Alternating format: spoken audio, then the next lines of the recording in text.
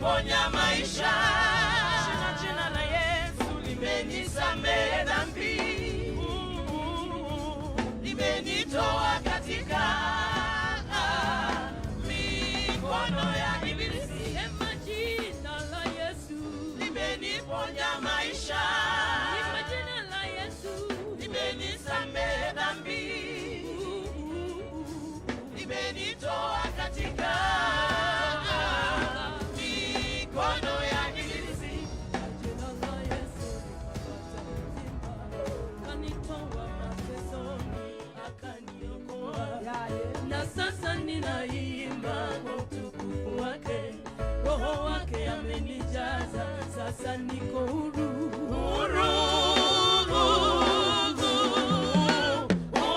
Sema jina la Yesu limeniponya maisha. Jina la Yesu limenisamehe dhambi.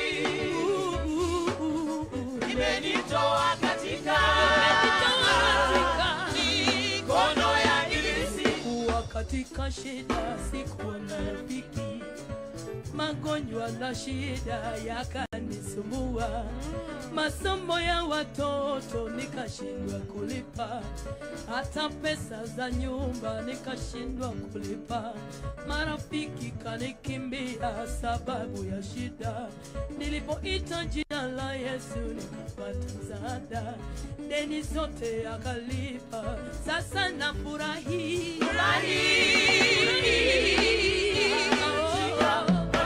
Sema jina la Yesu limeniponya maisha. Imba jina la Yesu wewe. Limenisamehe dhambi. Limenitoa katika mikono ya ibilisi. Sema jina la Yesu limeniponya maisha. Naita jina la Yesu limenisamehe dhambi. Limenitoa katika mikono ya ibilisi. Weka mikono juu kwa Yesu, kwa Yesu, kwa Yesu. Yesu, Yesu, Yesu, Yesu, Yesu, Yesu, Yesu, Yesu, Yesu, Yesu, Yesu, Yesu, Yesu, Yesu. Anainua Yesu, Yesu. Anainua Yesu, Yesu. Anabariki Yesu, Yesu. Anabariki Yesu, Yesu. Anainua Yesu, Yesu. Anainua Yesu, Yesu. Anabariki Yesu, Yesu. Anabariki Yesu, Yesu. Wapi vigelegele, vigelegele. Hallelujah. Ai.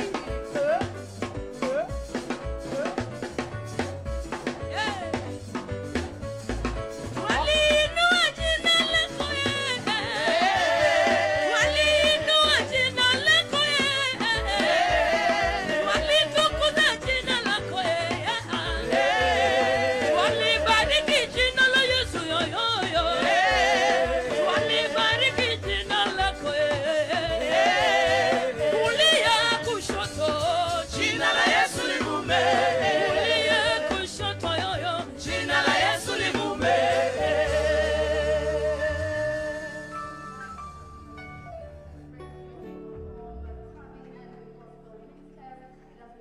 For the arrival of President Ruto, let's now hear from the County Executive Choir. Perhaps to remind us that devolution isn't just about policies and speeches, it's also about culture. Ladies and gentlemen, please give us a round of applause for the County Executive Choir, showcasing the rich talent of Homa Bay County.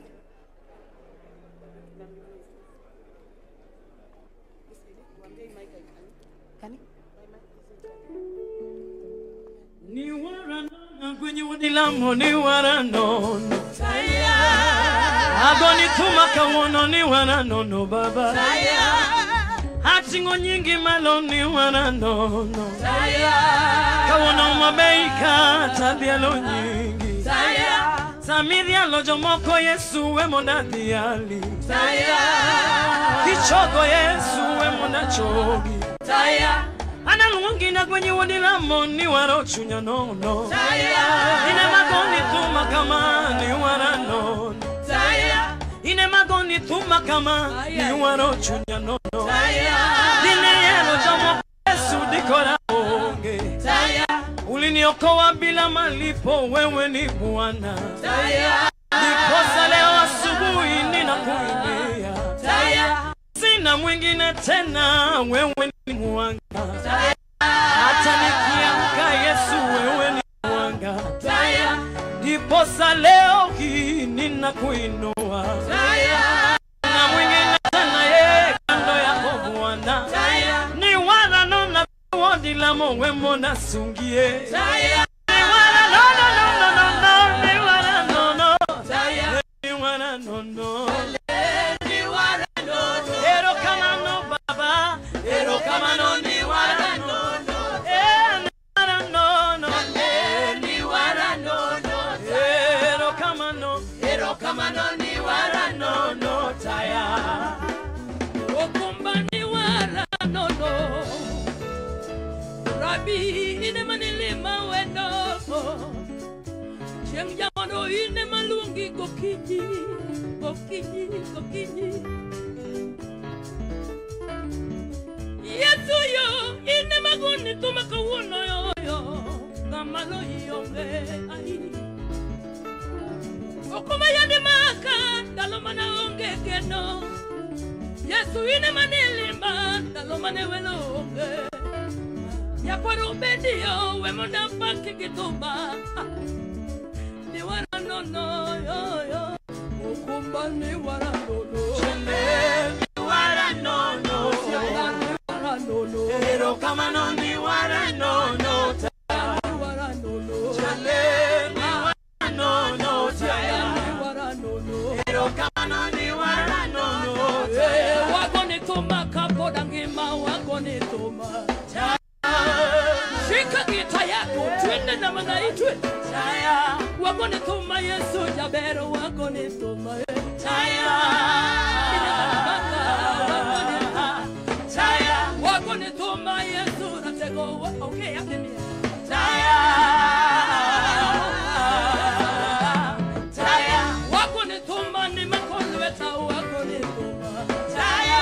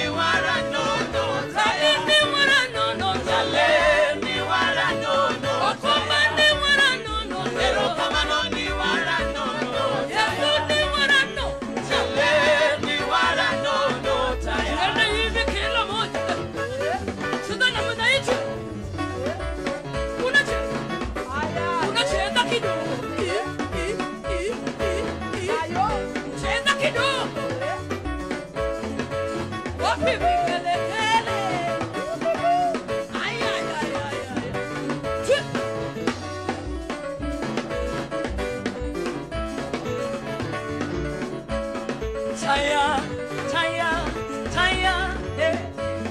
Taya, Taya, Taya, Yesu Taya, eh.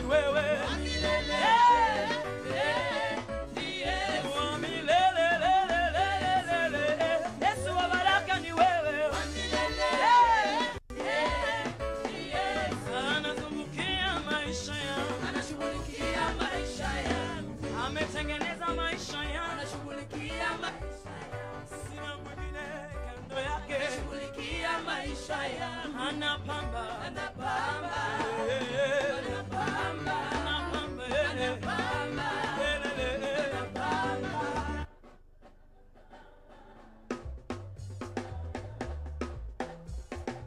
anapamba, anapamba, ainua, ainua, ainua, ainua, ainua, kwa baraka, baraka, baraka, baraka,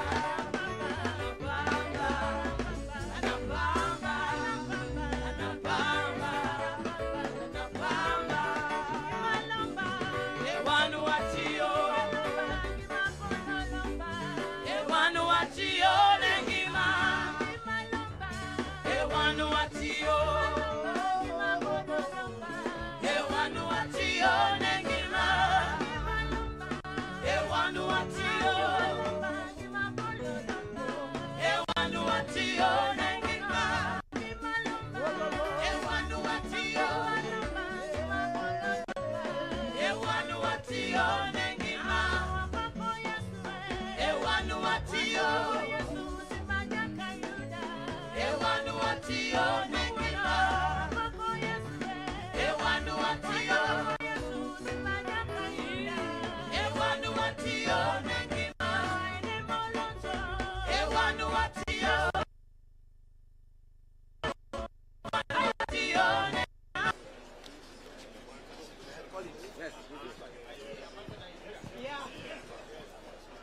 To show you, we're here with the German Development Cooperation, both the financial side and the technical cooperation. So this is the German booth. As you might know, we operate in almost all the counties and we're supporting the Devolution conference. So glad to have you here.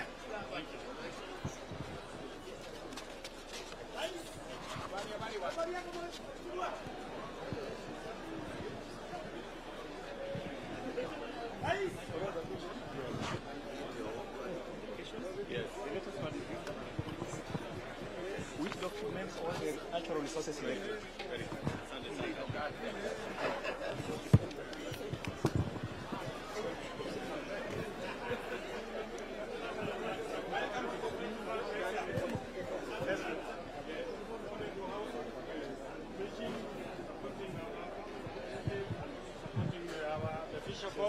To the cooperatives, buying for them fishing boats, fishing gears, to support them, both the youth and the women, and supporting them also with the transport to the market.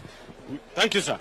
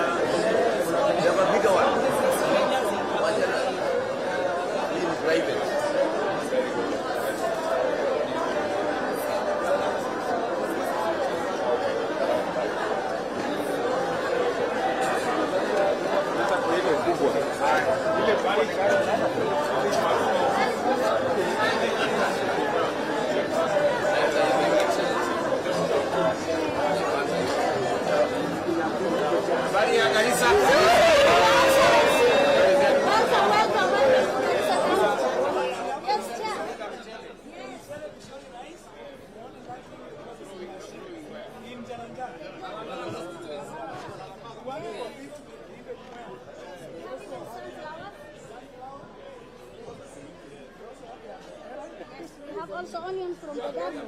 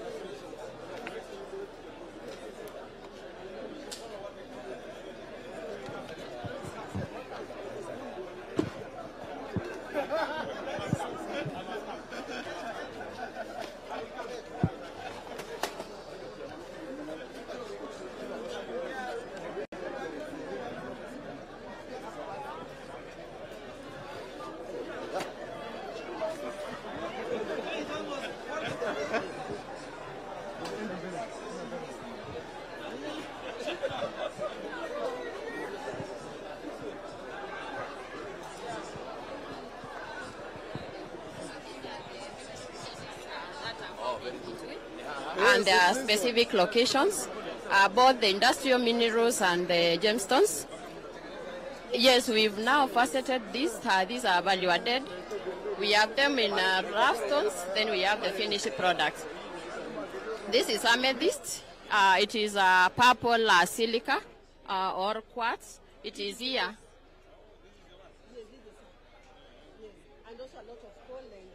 Yeah, this is the famous coal. Okay.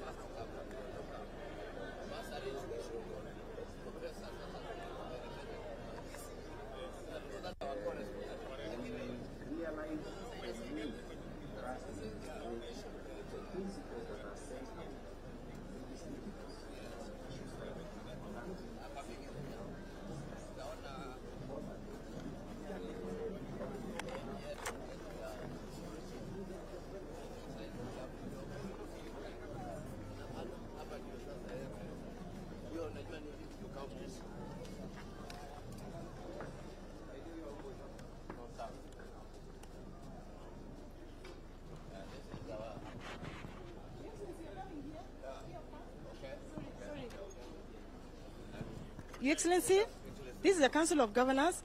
We have a Marifa Center, the Knowledge Hub, that has documented best practices and stories about devolution. And besides that, we have an open data portal, a GIS gadget, that has data for all the 14 devolved functions, real time, for all the 47 counties. Your Excellency, we want to project the affordable housing, where all the projects are, the status, and the completion date. We have data of all the projects, the water projects in the 47 counties, their status, and all other housing. So you can explain? Yeah. Thank you very much, Your Excellency. Welcome to the COG Pavilion. This is Marifa Center, a knowledge hub for the Council of Governors. That is GIS based. That means that we can be able to get the exact locations of all the projects and interventions we are doing in the country. So if we come to the affordable housing one, we are partnering with the Affordable Housing Board, so we are able to track the status of all the affordable housing projects. Currently, the ones that are ongoing are 151 projects in the country. The average status of implementation is 24, but we can still go to the individual project and tell you what is the actual percentage of. Yes, let's go, for example, to Kirinyaga. Kirinyaga, we have a project of 210 units. Right now it's 97% complete. So, Your Excellency, at the comfort of your office, you can monitor all the projects in affordable housing. The other one that we have is the National Equipment Service Program. This, we're able to tell you the facilities that the counties that are benefiting from this program, the facilities that are benefiting, and the services that are being offered in this program. So, Wajir is there. Yes, Your Excellency. Even in Wajir, they have also set up a GIS system for our chair. They're able to map out all the health facilities in that particular county. Thank you, sir.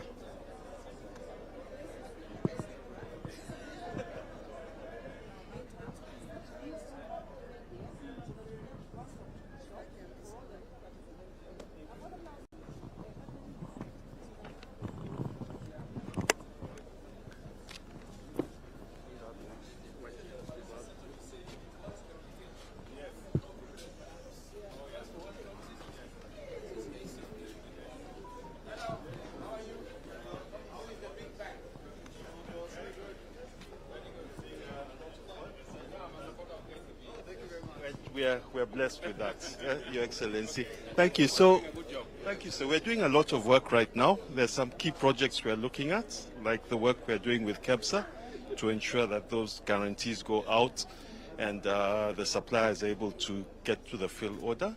There's a lot of work we're doing with SHA, Your Excellency, with respect to the IPF to ensure that people can get the funding. Actually, we are working closely with Safaricom. By the end of this week. By the end of this week, they'll have told us about it. Thank you. Yes. Yeah.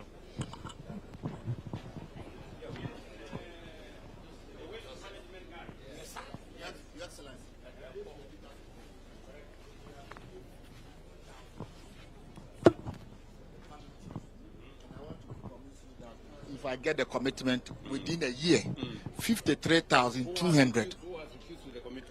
Please report them to me. Thank you very much, sir. Thank you very much, sir. So we have the funding to set up in cluster regional counties. So about yes, we do 2 weeks. I'm inviting you to have a groundbreaking, and then we start the work. And what about Nairobi? And Nairobi is our big, yes, we are in discussion with them.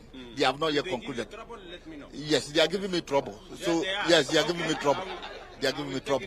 And take them on. Look. The funds are ready, the equipment are ready. Yes. This is an African solution to African waste challenge problems. Thank you. When I was vice chair, I took a delegation of 11 governors to go and see this. And the value chains around it, the creation of employment, the cleanness of the towns, the local solutions. They get to a point where they sell the end product as fertilizer on the shelves of supermarkets. It's really working. Yes. That's what it did. That's good. Yes. I told him. Yes, yes. Thank you very much, Excellency.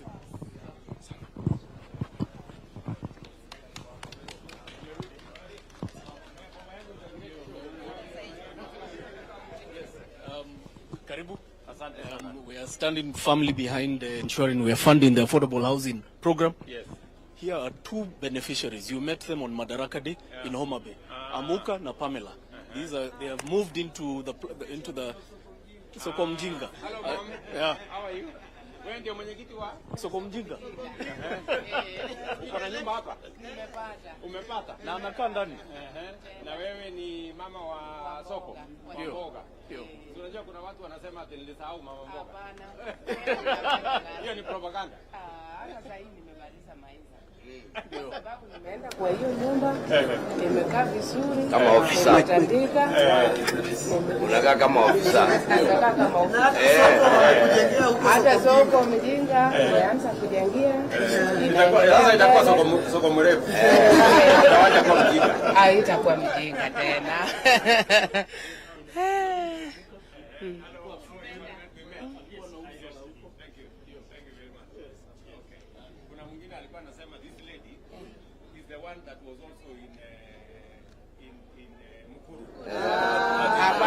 Ni mama wa show tu. Mimi sijapita hata Homa Bay kuenda huko. The chairman of Soko Mjinga. Yes. Tena mimi ni mkaaji ya Homa Bay. Nimeshukuru sana President. Yes, and this is the Homa Bay project. Yes. That we have now fully occupied. It is fully occupied. What is phase 2? Phase 2, I think we instructed that there's going to be another 1,000 units to be done. So that where is the land for the other 1,000 units? It was behind. It was behind the NXT. So let us. The land is there. Yes, the land is there.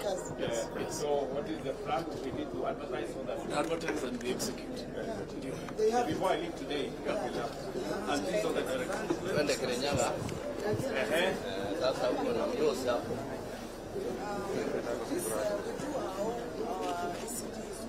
Very good. We also do women from hospitals online for doctors and also for the maternity. Yeah, we do Wezesha program which we are expanding. It's really not that big, but we're managing. Very good. It saves us money, and linen and curtains, everything comes from inside. Yes. And then here, this is you've seen what we have been doing in medical services. We have expanded our facilities. The new hospitals that are coming up, level 4 and 5, they are 80%. Very good. In Kimbimbi and Kenyaga, you promised equipment, remember? Yes. And we've done about 20 of health centers. Yes, but you open the other ones. Even the ones of 70, yeah. This is one of our dairies, Karima Dairies. We support our cooperatives. It's a very small one. We've supported them. The breeds that we have changed to the cow breeds, we've increased the milk production, gave them milk howlers and everything. They are now selling. Very good. Rice, you know our rice.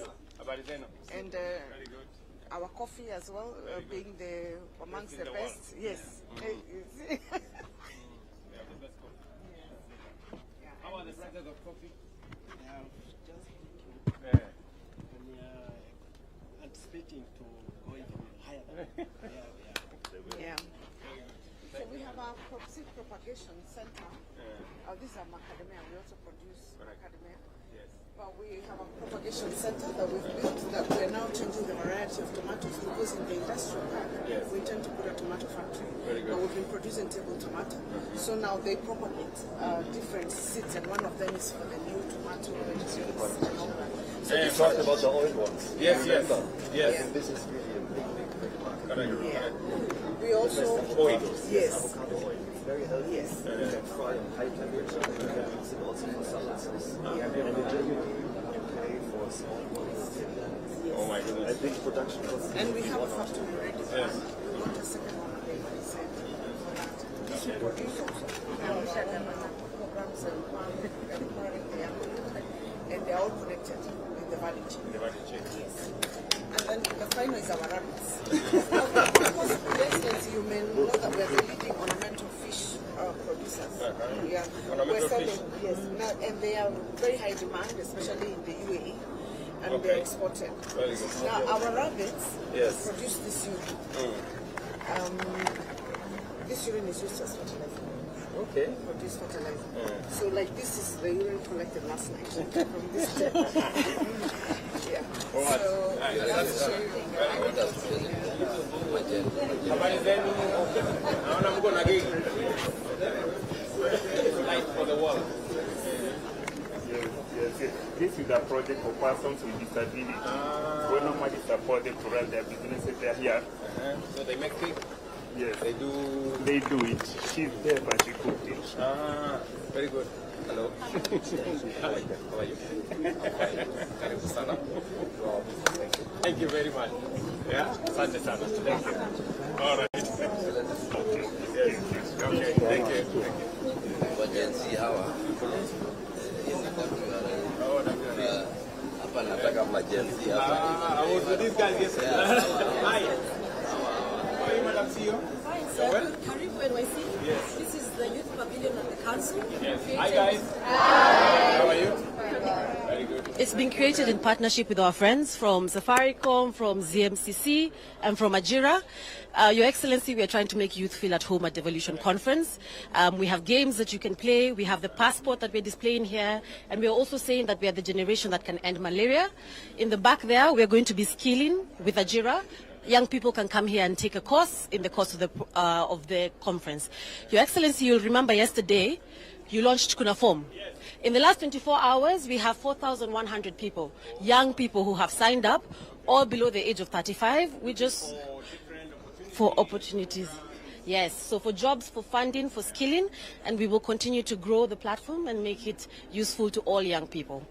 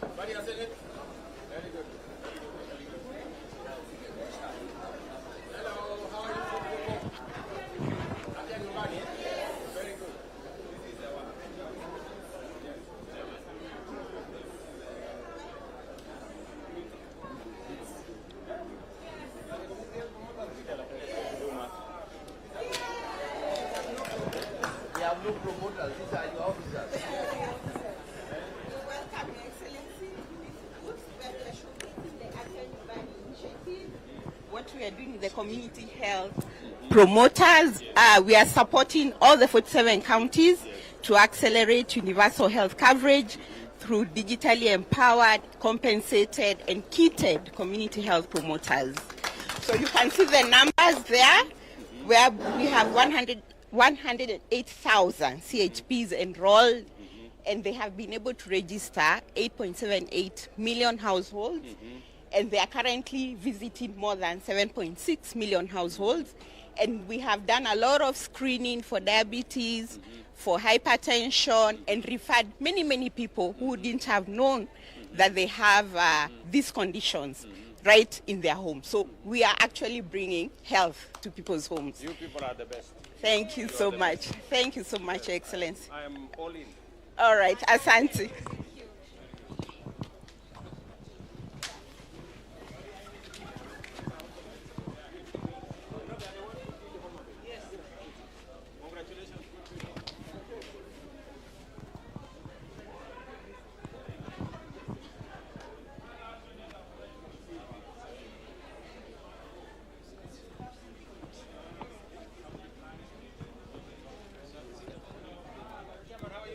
Anthony, habari?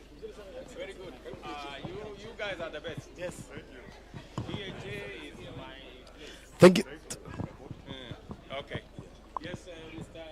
Thank you, Excellency. Welcome to Abudu. We just want to show you our mandate is really very short. We just want to digitize each and every part of healthcare. Digitize everywhere. Every part of healthcare, Your Excellency. We had a plan, and we want to show you how far we are. Just in short, we start with SHA. This is my team, and Dr. Amisha will take you through SHA, and then we'll go to Digital Health Agency of the facility and the rest, and my colleague there will take you through. Joyce, please. Thank you, sir. Excellency, at the Digital Health Agency. It's okay. At the Digital Health Agency, we believe in data, real-time data for use. So the first stop was the SHA registration dashboard, and as for today, you can see we are at we have already registered 6,152 people. As of now, of course, by evening we'll have reached about 30,000, 34,000, and then approximately half of the Kenyan population is already registered for SHA. And then, Your Excellency, registrations typically are happening at the health facilities. We need to change the Kenyans' mentality about seeking for health care, because you should be registering for insurance when you're happy and healthy. Exactly. But you can see from how we are doing things, our registrations are lowest over the weekends. Yet they should be the highest because we have self-registration and even assisted registration with the CHPs. Young people are the majority that are registering, on average about 32 years. Males and females, 1-to-1 ratio. So wanawake they are not being hidden behind. So it's important to check that. Then on children, we have our dependents. They're about 8.9 million. We expect a bit more. Yeah, exactly. Yes. Exactly. Yes, sir. Yeah. Yes. Yes.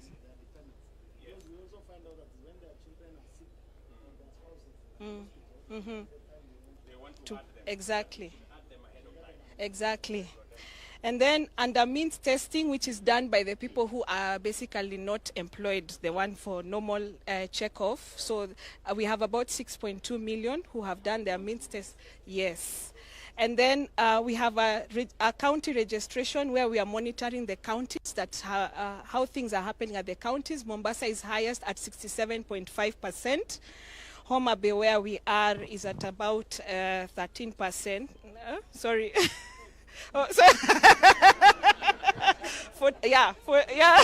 Actually 47.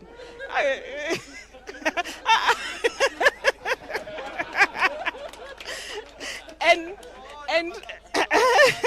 number 13. Yes. And then we have a dedicated county dashboard for the governors to have a look and see some more information about their counties. Exactly. Yes. Your Excellency.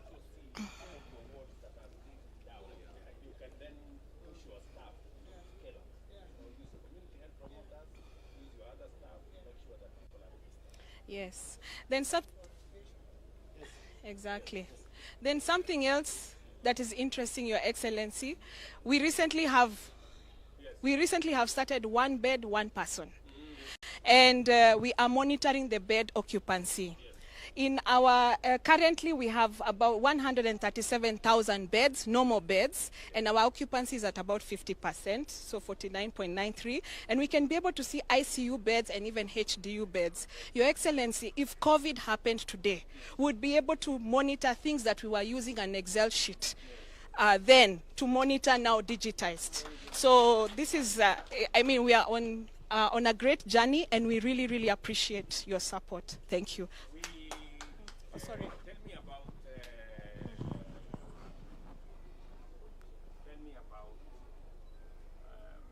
identification. We're still using IDs. Yes. In our facilities in 2, 3. Yes. Some 4. So what is the plan? So, Your Excellency, we went live for the biometric identification for all our level 4 and level 5 and 6 facilities, which are now using biometrics to do. 1094. and we are just now ensuring that, because we still have some small challenges of small failures, we are now tightening that system. Then the second is we are rolling out in every level 3 and level 2. So that we expect that in the next 1 month or so, we shouldn't have anybody using OTP, unless you have a condition whereby you are not able to. Yes, you have a the problem, and we have created a process that must be approved for you to be properly identified. But Your Excellency, I will take you through the highway now.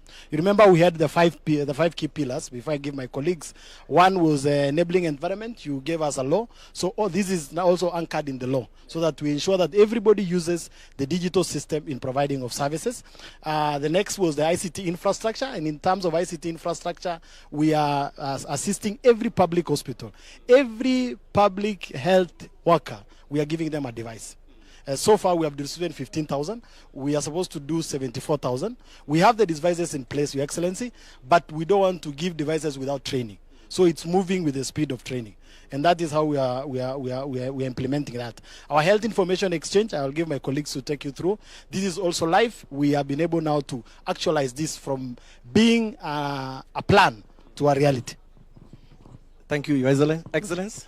My name is Dr. Jeremiah Mumo. This was actually a PowerPoint thing, but we have actualized it from now. It's no longer a PowerPoint, and the reason is is live, Your Excellency, is that at any given time, if it's patient portal, when you click, it will automatically open to you our Afya Yangu, and our clients will be able to move to that. Again, we have also actualized our point of care system as the Taifa care systems, which are used in all our facilities, and we expect with this to be able to all the clients to see, even at governance levels, at any level, to see how many clients will be coming, because we have an interactive dashboard to see what is happening in registration. You can see the queues who have been waiting in triage, who are waiting at consultation at the comfort of the office. You can also see the number of patients who have been admitted, and again, you can as well see the procedures which have been undertaken in the hospitals. This goes up to the reports, and again to specific diagnostic areas, Your Excellency. Again, we have also managed to able to share information. What we have been talking about, if you are in Mombasa and you come to Kisumu, you can get your records. Initially was a story. We have actualized, Your Excellency, through what we call the shared health records. So with this, you'll be able to navigate yes, Your Excellency. Yes, Your Excellency.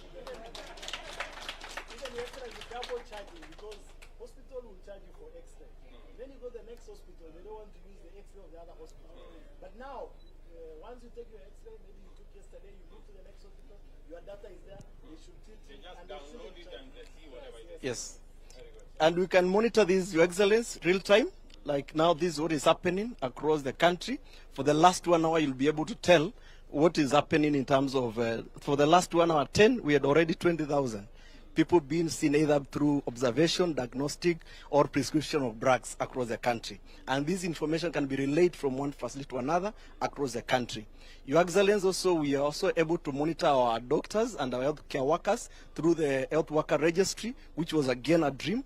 And with this, we are able to know the numbers, what is happening in terms of doctors, and want to make it reality so that even Kenyans can know how many doctors we have, how many nurses we have in the country, and all different cadres we have in the country. So now this is a reality. And again, we have an application which we call the Know Your Practitioner. And again, we have now what we call Practice 360 to enable the doctors to do prioritization within a radius of 1 kilometer. We localize. Yes, Your Excellency. Yes, Your Excellency. You have already geofence and geotag every facility. You can't approve outside 1 kilometer, which is within that radius of your facility. And we keep making it tight because we realize that some health workers are in very far distances and they are doing approvals, which means actually they are not undertaking some of those services. Your Excellency, on that one, I think there is data that will really help us on training of doctors. Yes. Because if you can get the gaps, yes, and then national government takes it, they'll be able to know who should be trained. For Yes. example, when you break it down to oncologists. Yes. I think, like, I don't see the gaps there. Yes. But we should, this data now is useful Mm. for us to be able to deliver help in a very, comprehensive way and effective, because we will know what the gaps are and all the other things. I think we can assist America. I saw. Probably even we're doing the same right now. But data protection is a big problem. So I saw President Trump struggling. I think we can send some experts. And Ambassador here says also to jump. Thank you, excellent. Thank you so much. Thank you so much. Thank you guys. You guys are doing a great job.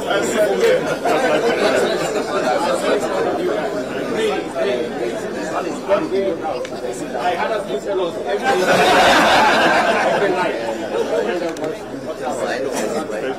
Thank you. Thank you. Okay, my friend. This is on digital. I love that.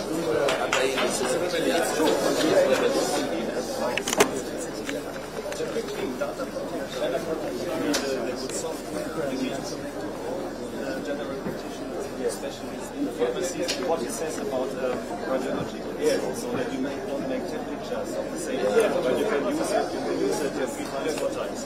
Hello guys. How are you? Red Cross Silicon provide integrated digital solutions for county revenue collections, their HR management, and all the other county services that they provide. We provide a digital dashboard where the governors and the decision makers can actually see real time what's happening in the county. Okay. So are you working with some counties already? This is Homa Bay, actually. They are the ones who've really worked with us in tightening the system. That's why our revenues 700, 800%. Very good. And now we have incorporated artificial intelligence into the system. So now the system can actually detect where the problems are, leakages maybe, can predict what the future revenue is going to be, what we can do to improve the... Yes, sir.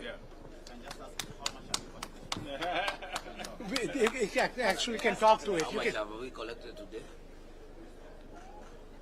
Right now, How much have you collected today? Of course. So for today, we've collected about KES 125,300. We can even speak Swahili. Thank you.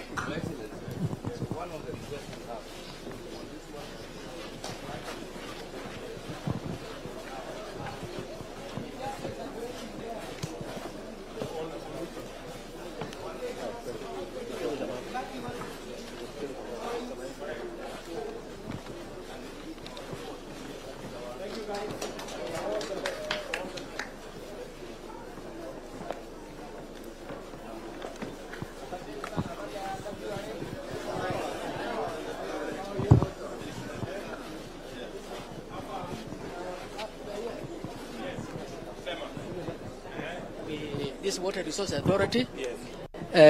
We have, these are the equipment that we use now for water, groundwater monitoring. It's a very modern equipment. Nowadays we have minimized now what we call dry boreholes. For example, this one is called magnetic. It can go up to 600 meters. Down? Down, yes. Okay, to know where there is. Yes, you can see now this gap here. This is the area where the water is. Oh. These are rocks. Okay. The blue is here. So In you fact, know where to drill? Yes. Okay. Yeah, we have minimized. So we stop the guesswork. Yes, we have also seismic method where we can send a signal to the ground. This one, yes. It can go up to 2,000, 3,000 kilometers. You sort out that small problem with the tariff? Yes, the regulation is ready. We are implementing, yeah. Yes. Yeah, thank you, sir. Sorry, sir. Thank you. Thank you.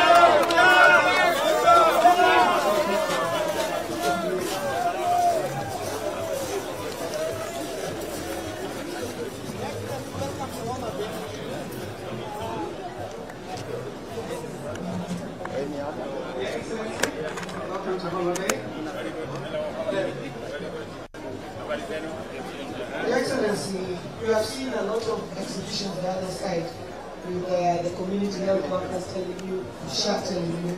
I think here is the story of what has this done. Today we're celebrating 96 days of serious challenges.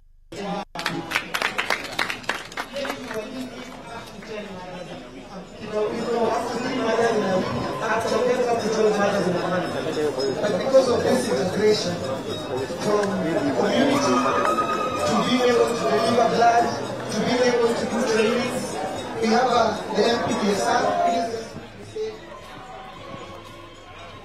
Thank you, Your Excellency. So, as Her Excellency the Governor said, previously we were losing so many mothers. What we have done differently is we know where every single mother who is pregnant is in Homa Bay right now through our CHPs. As you can see, they walk around with their gadgets. We are able to tell their blood pressure so we can know what problem they have. They are able to do blood glucose testing and so on and so forth. So, Your Excellency, distinctly, every Tuesday morning at 7 a.m., we have a national meeting chaired by ourselves, and Her Excellency the Governor personally attends, including DG Amoth, PS Oluga and the others, and we discuss every single maternal mortality that we have or a near miss. And through that, Your Excellency, we have managed to achieve 96 days of zero maternal deaths in Homa Bay County. And significantly, Your Excellency, what used to kill mothers before in Homa Bay was obstetric hemorrhage, bleeding a lot before, during or after birth. And as you can see, we have put measures in place, and right now it is no longer the #1 killer of mothers in Homa Bay. Thank you.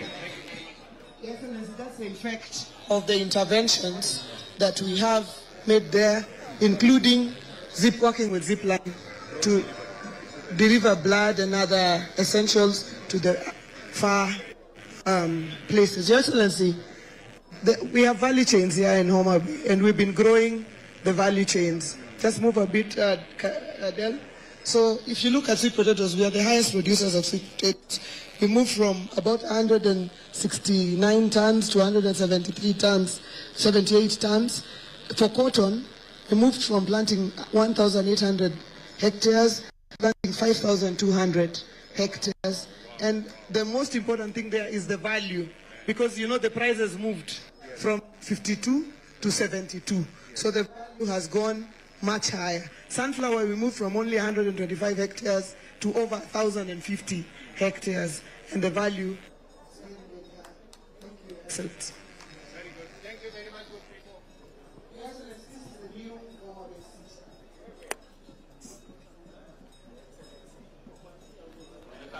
Proposed Homa Bay City. This 3D model is transformed from the plan of the city. We want to transform Homa Bay Municipality.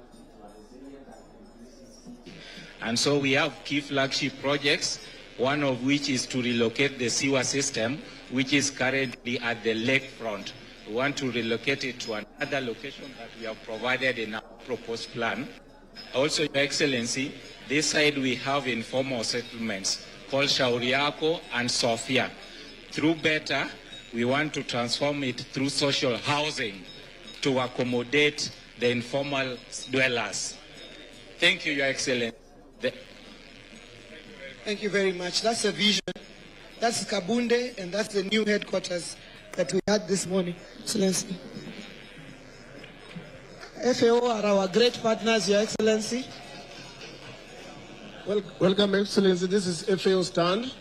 Thanks when you met our DG last week in Ethiopia. So here we are working to support the government in 4 major areas. On the area of land, digital land governance, 3 areas, 20 million euros supported by the EU government. We are supporting the alternative justice system. Excellency, in Narok, in Kajiado, there is a lady whose 100 acres of land was not able to get out of court. Alternative justice system supported by FAO, they are now okay and they are using their land. We just launched a $40 million project on youth employment in ASAL areas. This was launched by CS Beatrice School in Turkana last week. So we're going to give a lot of employment to the youth. Thank you very much. Good to see you. Hi, Miss. How are you? Yes. So, you know, you brought me up in the farm. Every Easter, every Christmas, we used to go to Shago. And this is the work that has come from it. We are working with traditional beekeepers so that we can move from here until here. We're also working with young people in agriculture, and we've planted 754,000 trees as young people so far to contribute to the 15 billion tree campaign. Thank you for your mentorship.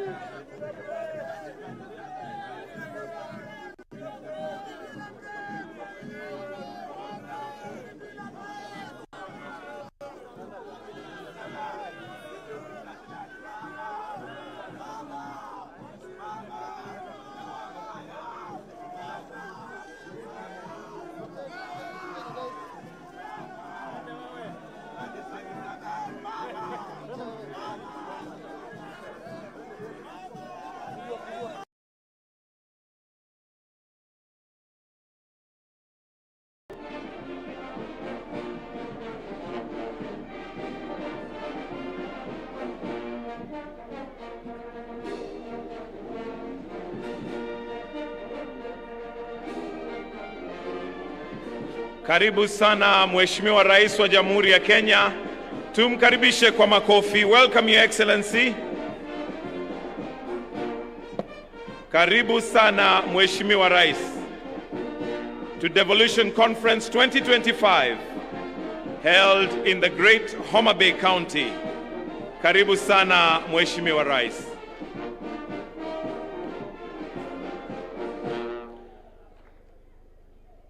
We shall remain standing as we will start with the two anthems, starting with the Kenyan national anthem, followed by the East African anthem, the anthem.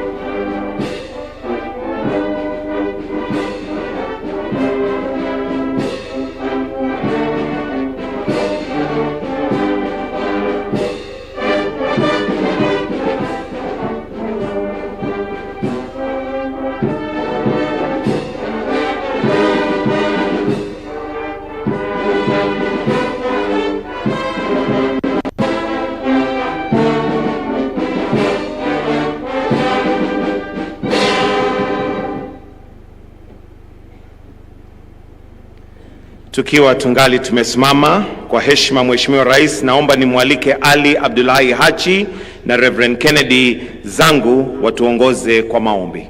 Karibu. Bismillahirrahmanirrahim.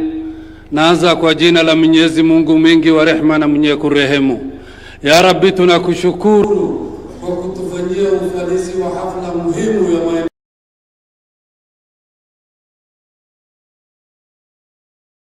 wa watu, muabudiwa wa watu. Tunakuomba kwa utukufu lako lote, ya Allah, kwa sifa zako njema, ubariki taifa letu. Ya Rabbi, utulinde wakati wote, utupe amani.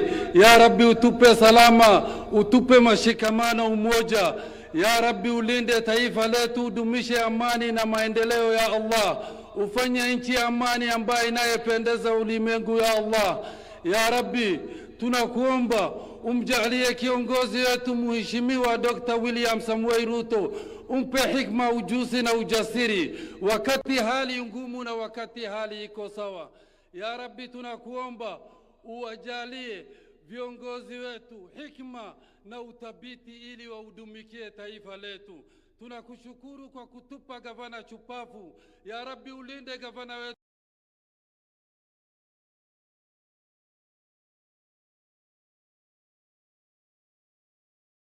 na wasaidizi wake. Ya Rabbi, tunakuomba uko na ubungufu ya kibinadamu, utasamehe makosa yetu. Ubariki taifa letu, ubariki viongozi wetu, utusamehe dhambi yetu. Allahumma salli ala Sayyidina Muhammad wa ala alihi wa ashabihi wa sallam. Amina ya Rabbal Alamin.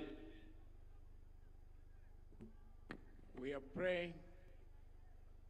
Lord, the county of Homa Bay that is hosting the Devolution of 2025, being the 9th one of the countries, in your hands.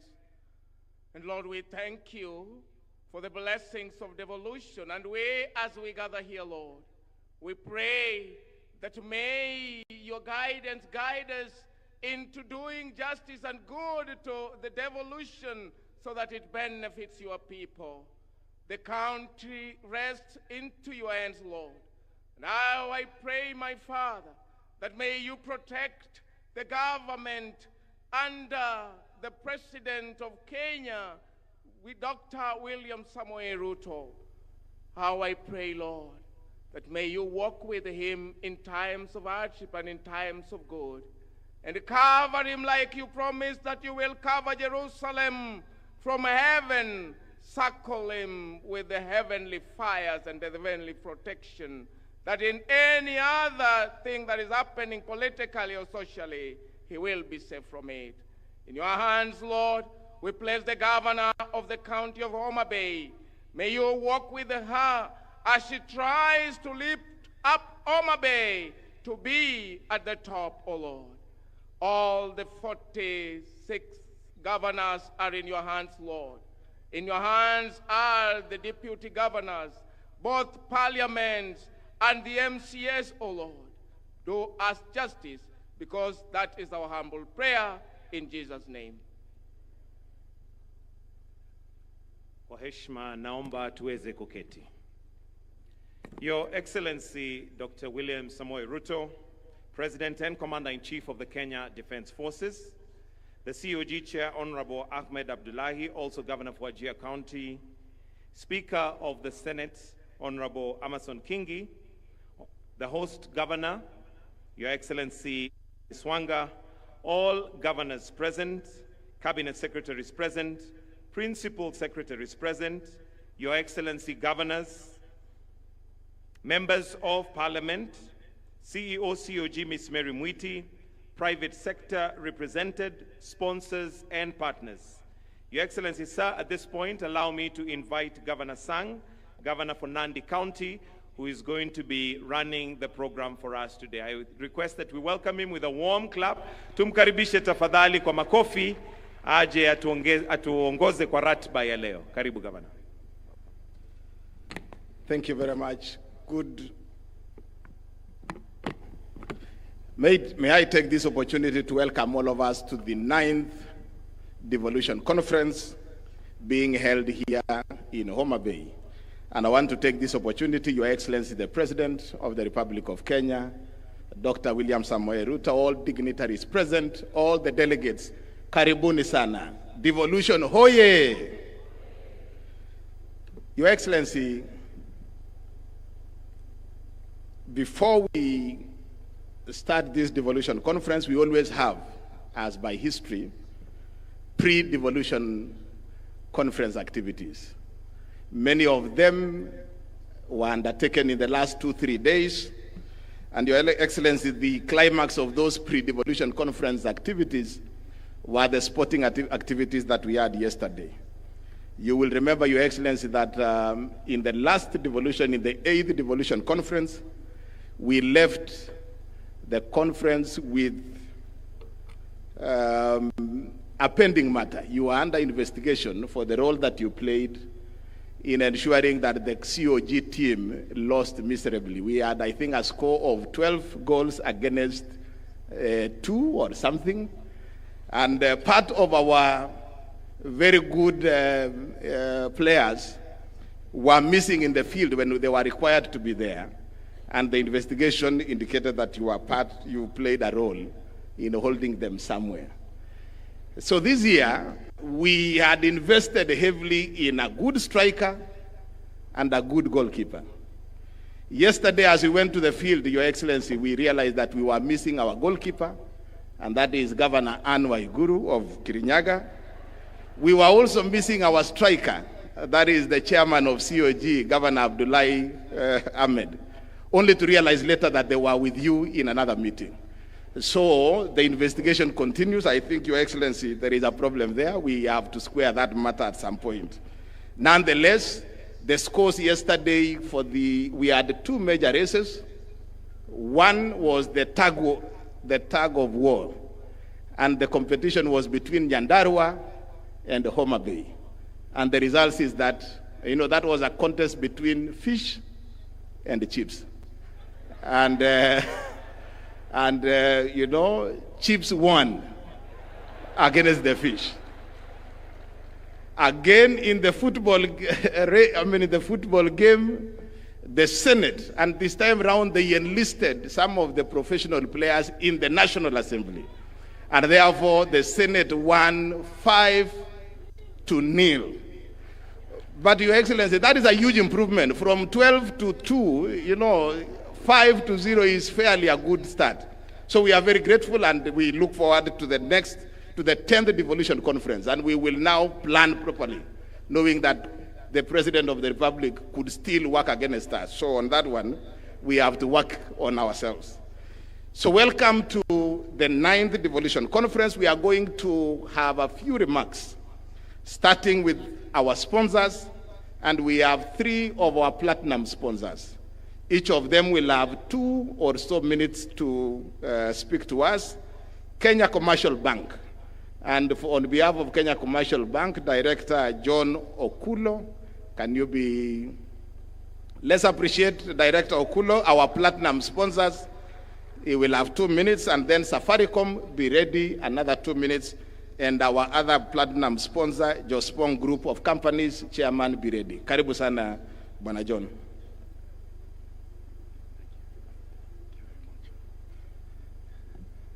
Your Excellency, Dr. William Samoei Ruto, President of the Republic of Kenya and Commander-in-Chief of the Defense Forces, please allow me to ride on the protocols already observed.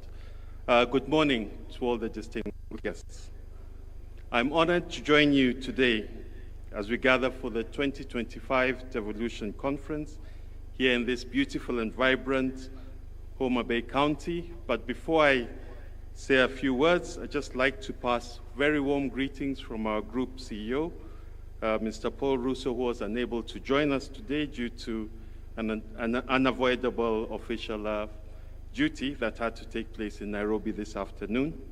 He, however, extends his best wishes for a fruitful event. Your Excellency, for the last 12 years, devolution has proven that it's not just a constitutional chapter, but a vision brought to life through people-centered interventions that have brought governance, closer to the people, and given counties the power to shape their own economies and destinies. This year's conference theme, For People, for Prosperity, Devolution as a Catalyst for Equity, Inclusion and Social Justice, serves as a reflection of the progress we have made as a country and as a call to action for what still lies ahead. It speaks closely to KCB Group's purpose, for people, for better. Mr. President, at KCB, we recognized early that for devolution to succeed, counties needed a strong financial partner, one that could deliver capital and resources across the board, irrespective of an individual's social or economic standing. It is for this reason that we worked together with all the counties' leaderships to build strong, practical partnerships with all 47 counties by providing financial services not just to support the county operations, but also the people who live and work in those counties. We as KCB have financed MSMEs, youth starting off in business, female-led and made businesses, as well as ensured that sustainable financing is a priority accessible to all. Beyond banking, our social dividends of our investment arm, KCB Foundation, has been at the forefront in delivering the social dividend of devolution through the transformative youth empowerment program, Tujiaji, Mifugo Imali, and Linda Miti programs across the country. Just as an example, our Tujiajiri program, launched in 2016, has created more than 197,000 jobs and trained more than 40,000 youths who graduate annually with self-empowerment skills in agribusiness, automotive, construction, beauty, and other services, which allows them not only to employ themselves, but also to employ others. In conclusion, Your Excellency, as devolution enters its next decade, opportunities for shared prosperity are even more evident and abundant. At KCB, we commit that we will always stand as the reliable financial partner for this country as we realize the dream of a more equitable and inclusive Kenya. Thank you, Your Excellency, and we look forward to a very fruitful deliberations over the coming days. God bless you all. Another round of applause for KCB. Thank you so much, KCB, for the work that we are doing together as county governments. Next is Safaricom. And the Safaricom technical team, you support Safaricom with a small video. Where is the Safaricom team leader?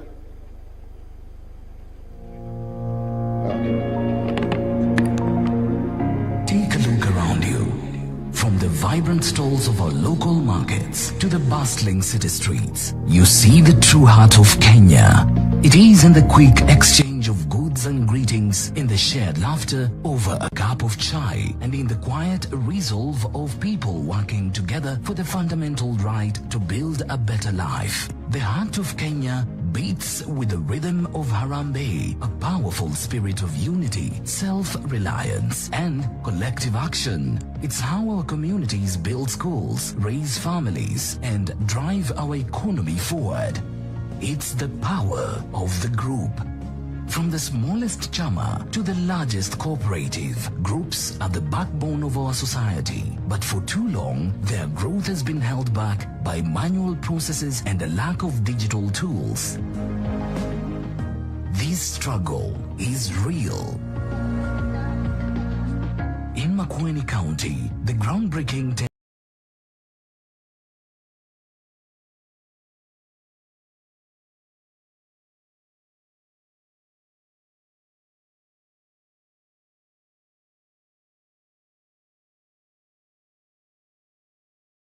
The fund was established to empower residents who couldn't access loans from traditional banks. It was a lifeline, but its manual paper-based system became slow and inefficient, leading to defaults and a halt in lending. The dream was alive, but the system was failing.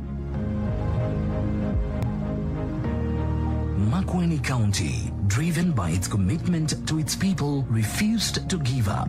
they engaged Safaricom to help them re-engineer the fund, fix the system, and bring the fund back to life. Groups Connect is a digital hub. It is designed to meet the needs of every kind of group, from a small savings club to a large county-wide fund. It is a secure, user-friendly platform that digitizes everything about a group.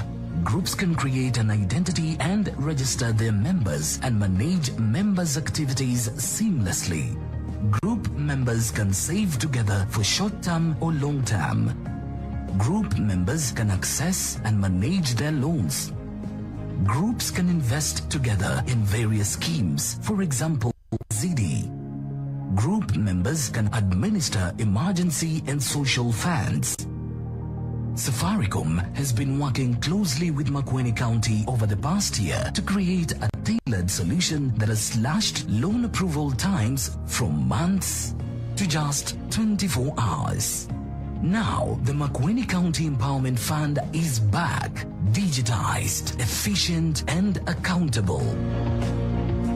In Homa Bay, the county government is interested in Groups Connect to help it identify and organize its various groups in order to understand how to empower them. Today, Homa Bay County has no clear visibility into the groups operating across the region. And without its visibility, it becomes nearly impossible for the county to plan, support, or even partner with these groups in a meaningful way. But imagine if every group in Homa Bay was registered on Groups Connect. The county would finally have a full view of the landscape, allowing them to design better programs, deliver farm inputs, equipment, training, or even access to loans and capital directly to the groups that need them most. When we make the groups visible, we make the county viable. At the same time, groups themselves get something valuable. A digital footprint, a clear identity, and a connection to a larger network that can open doors to partnerships, funding, and long-term growth. It's time to bring your group into the digital future to build a better life.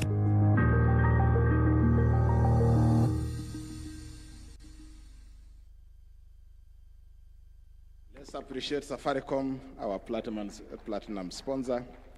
And finally, Jospong Group of Companies, Chairman Dr. Joseph Agiepong. Karibu sana.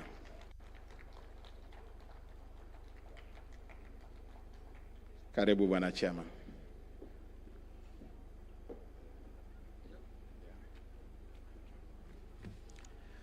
Your Excellency, the President of the Republic of Kenya, Dr. William Samuel Ruto, and Commander-in-Chief of the Defense Forces, permit me to stand on the existing protocols. I bring you warm greetings from His Excellency John Dramani Mahama, President of the Republic of Ghana, and from the entire Jospong Group of Companies. In the spirit of friendship, we say Hamo Jambo. It is a joy to be in Homa Bay, a land of beauty, rich culture, and unmatched energy of its people. The Jospong journey began in April 2024 when His Excellency Dr. William Ruto has visited Ghana on a state visit and accompanied by a former President Nana Addo Dankwa Akufo-Addo visited the Jospong booth when it was an exhibition. And when we explained the integrated waste management system, how it operates, His Excellency President Ruto got interested, invited us to Kenya, and then he asked the Prime Cabinet Secretary to visit our plant. It then evolved to bring about 15 county governors to Ghana to come and visit our plant. I stand here not only as a business leader, but as an African providing African solutions to African waste challenging problems. With over 25 years of experience in waste management, the vision confront of Africa's most urgent challenges. The mounting waste crisis, driven by rapid urbanization, rising incomes, and changing lifestyles. In Ghana, we have built resilient African tailored waste treatment systems, tackling waste, creating dignified jobs, and delivering climate solutions, one plant at a time. Your Excellency, today in Ghana, we have about 36 plants transforming landscape of waste management. And I would think that Kenya also can harness this potential. Kenya, with a population of 57 million, generates 28,000 of waste daily. And we humbly want to plead that Your Excellency will cluster these counties into regional clusters, and so that 5 counties can use this integrated waste park. Your Excellency, it might interest you to know that about 52,000 jobs can be created in a year through this kind of treatment plant. 30,000 jobs will be created from the collection of the waste, transporting, and then sweeping. 21,000 jobs will be created by the integrated waste management plant, and 1,800 will be created through the green jobs, data collection, monitoring, and validation of the carbon market. This year's theme for the People for Prosperity, that's the Devolution 2025, is inclusion and social justice. It's more than a slogan. It is a call for action to put people at the center to ensure that progress is fair, inclusive, and transformative. The African is capable of managing his own affairs. The mission goes beyond business and is about turning African waste crisis into a driver of jobs, climate action, prosperity. Together, Ghana and Kenya can build and sustain with waste management resources in the countries. There's nothing like waste. It's a misplaced resource. Just place it up, and then you'll be able to recycle it. Today, I am confident that the next DEFCON 2027 will be able to talk about evidence of plant installed in all the countries. Your Excellency, kindly humbly permit me to watch a 1-minute video of the glimpse of how the equipment operates. Asante sana. Thank you.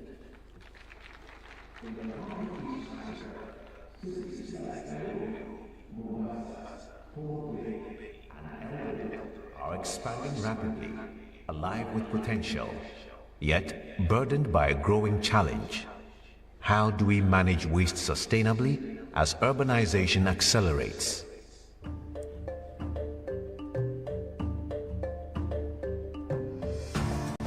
At a Jospong group of companies, we have walked this path in Ghana.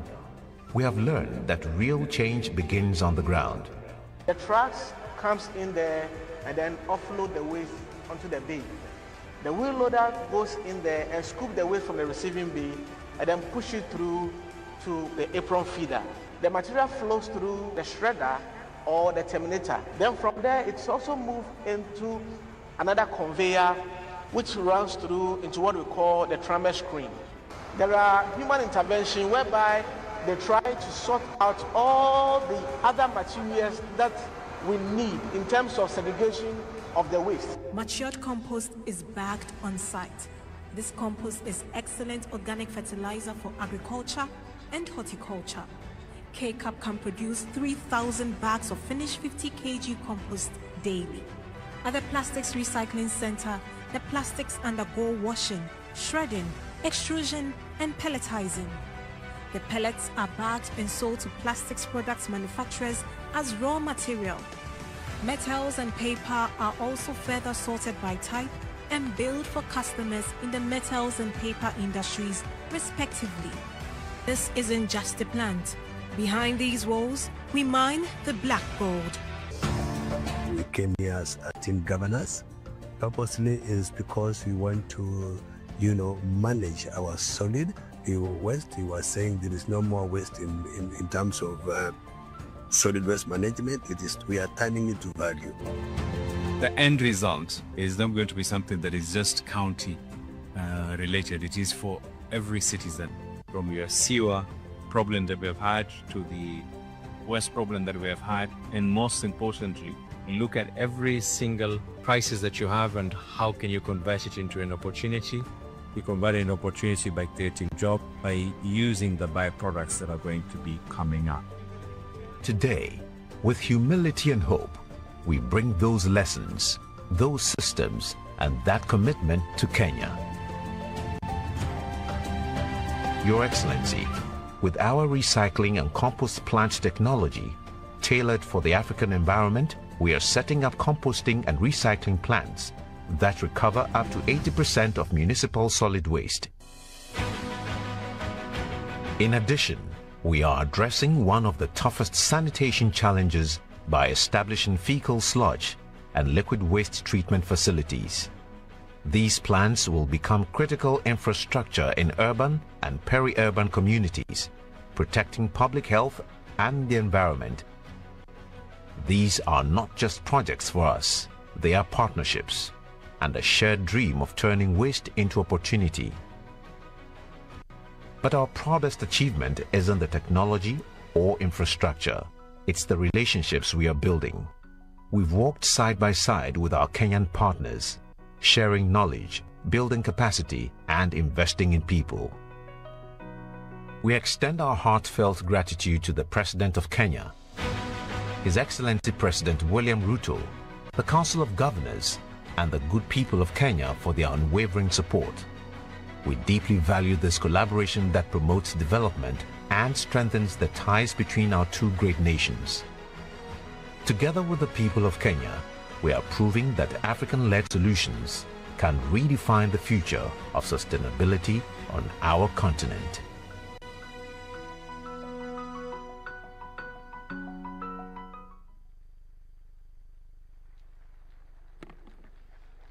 Thank you very much, Jospong, an African solution to an African problem. Thank you very much. Now let me invite Ambassador Sebastian Groth, the Ambassador of Federal Republic of Germany to Kenya, and who also sits in as the co-chairperson of the Devolution Donor Working Group. Karibu sana Balozi.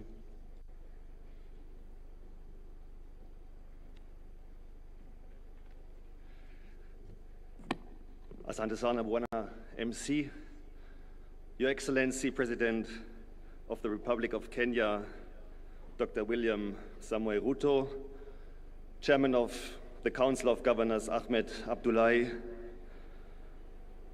my dear friend Gladys, Governor of Homa Bay, who is hosting us today, all the other governors, members of the Kenyan government, I've seen Waziri Opio, and his colleagues, PS, members of parliament, my fellow diplomats,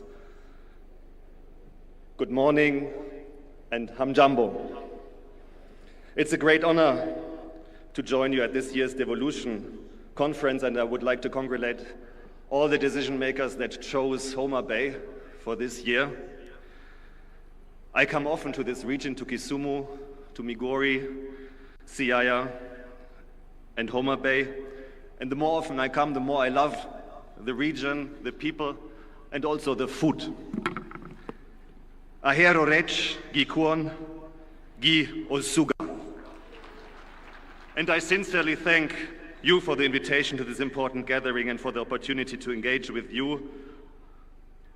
It is my deep belief that the counties, the governors, the MCAs, the local administrations, are the real champions of Kenya's evolved system of governance, and devolution truly has transformed Kenya in the last decade, bringing decision-making closer to communities and expanding opportunities for citizen engagement. From health to infrastructure to agriculture and climate resilience, the impact of devolution is tangible across the country. As development partners, we commend county governors and county assemblies for your leadership in advancing this transformative agenda. We also salute the Council of Governors and the State Department for Devolution, the Office of the Deputy President, for its vital role in fostering coordination among counties and the national government. The Devolution Conference is the central platform for recommitment to deepen and further develop devolution. And I think the theme of this year's gathering, For the People, for Prosperity, Devolution is a catalyst for equity, inclusion, and social justice, powerfully captures what is at stake. After more than a decade of institution building, time has come to focus on devolution's ultimate purpose, improving the lives of the citizens of the wananchi of this beautiful country of Kenya. And we have seen in the last month and 1.5 years the importance of listening to the voices of these wananchis, especially the young people who are invested in the future of their country, and creating meaningful spaces for engagement and responsiveness, including and especially on the county level, remains essential to building trust and strengthening democratic governance. Germany, through our technical cooperation agency, GIZ and KfW, is pleased to co-chair the Devolution Donor Working Group together with UNDP. And as development partners in the devolution space, we, the Devolution Donor Working Group, we would like to highlight a number of critical areas to the further success of the devolution. Firstly, as partners, we are convinced that the timely transfer of funds from the national to county governments is essential. Reliable resource flows are essential for counties to effectively deliver on their mandates and meet citizens' expectations. And I can tell you from the German experience that we know that this is not a very easy task. We have very rich regions like Bavaria and poorer ones in the northeast of the country.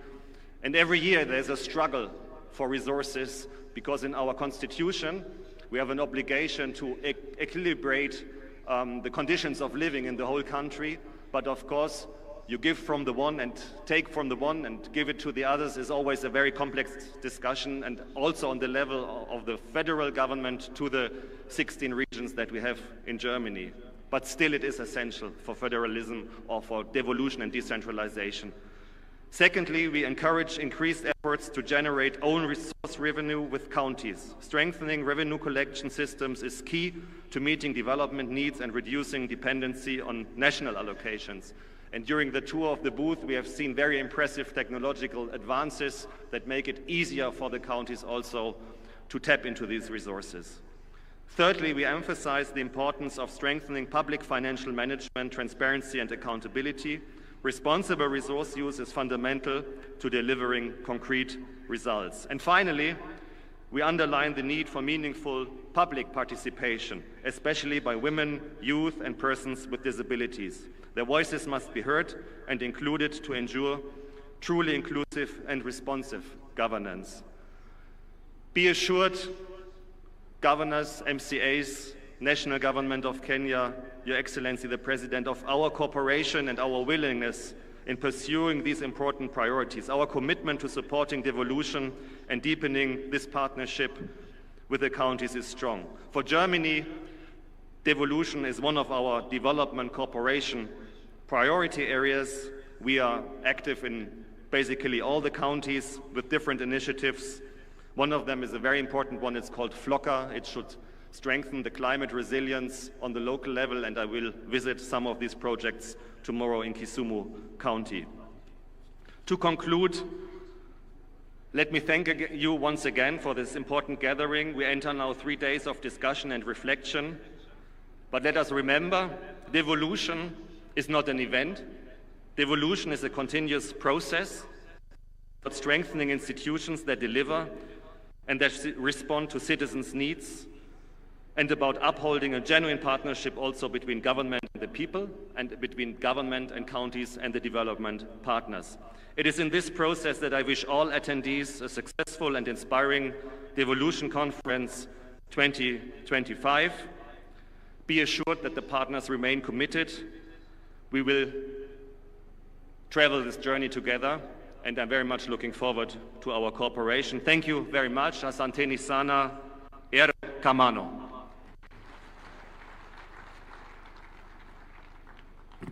Thank you very much, Balozi. Another round of appreciation for Balozi. Your Excellency, county assemblies play a very critical role in the devolution family, and I now want to invite the chairperson of the County Assemblies Forum, CAF, Honorable Seth Mwatela, to come and make his remarks, but also recognize the County Assemblies members present. Karibu sana, Bwana Speaker.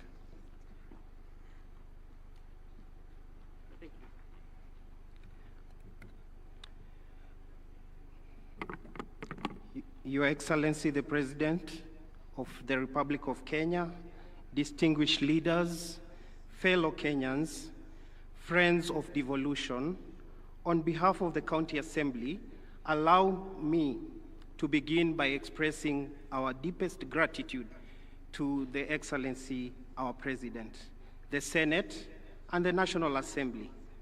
The recent passage, which is just today in the morning, of the County Public Finance Law Amendment Bill 2023, which we witnessed today in the morning, marks a historic turning point. This is a landmark legislation, Your Excellency, liberating the county assemblies from the executive dependency. It empowers us to fulfill our roles without fear or favor. Your Excellency, if I don't say this, the MCAs will discipline me. Your Excellency, this is a promise delivered, and we thank you. Your Excellency, the county assemblies are the heart of the soul of devolution. We are the most direct link between the government and the people. Our roles go beyond mere administration. They are fundamental to the success of devolution and the devolved governance. We are the ones who enact the law tailored to unique needs of our communities. And so far, it is important to note the county assemblies have enacted over 2,000 legislation since 2013. We have been providing oversight to ensure county executive is accountable and that the public funds are used wisely, and lastly, champion the interest of our constituents, ensuring their voice is heard and their concerns are addressed. Your Excellency, as we celebrate the devolution milestone, we must also acknowledge that there is more to be done to truly empower county assemblies and the people we serve. As County Assembly, we humbly request your support in the following critical areas. The first is the Ward Development Fund. The Ward Development Fund is the lowest unit in the development of our governance structure. The Constitution of Kenya is currently being amended to anchor CDF, NGAF, and the Senate.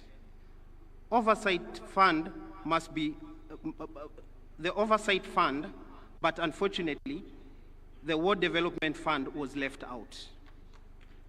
We therefore request your support, together with the Senate and the National Assembly, to support so that we can secure the Ward Development Fund in the same amendment bill to ensure similar treatment is also accorded to the MCAs, just as the national legislators. This is not about us. It is not about us. It is about giving the MCAs the tool to address the development needs at the ward level, ensuring that no community is left behind at the corners of this country.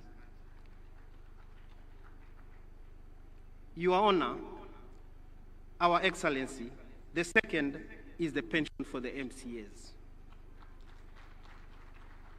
The work of an MCA is demanding, often taking a significant personal role.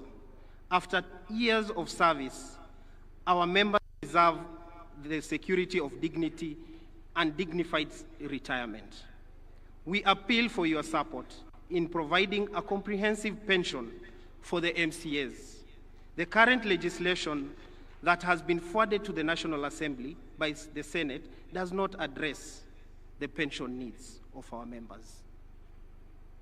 Lastly, is to improve the remuneration of our members.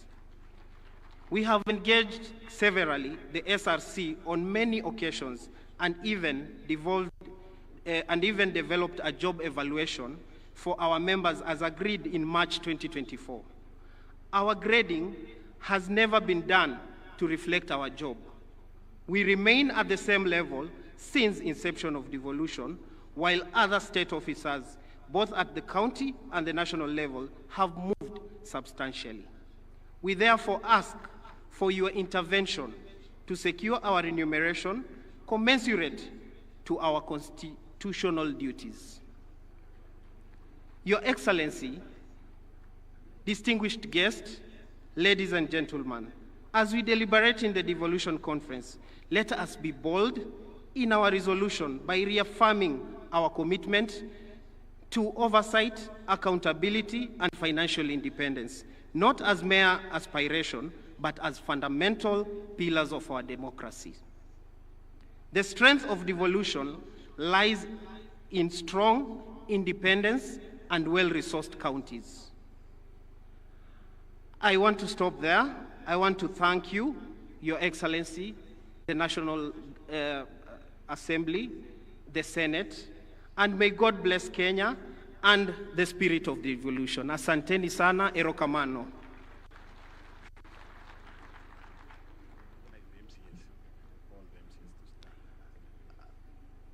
Honorable members, I want to recognize all the honorable members from all the county assemblies. They can just stand so that we can recognize all of you. Your Excellency, I can assure you, we have 47 members from the county assemblies represented herein. We thank you and asante sana. Thank you. Let's appreciate the chairman of CAF. I now want to invite the Principal Secretary in State Department of Devolution, Michael Lenasalon, to come and make his remarks. Karibu sana Bwana PS.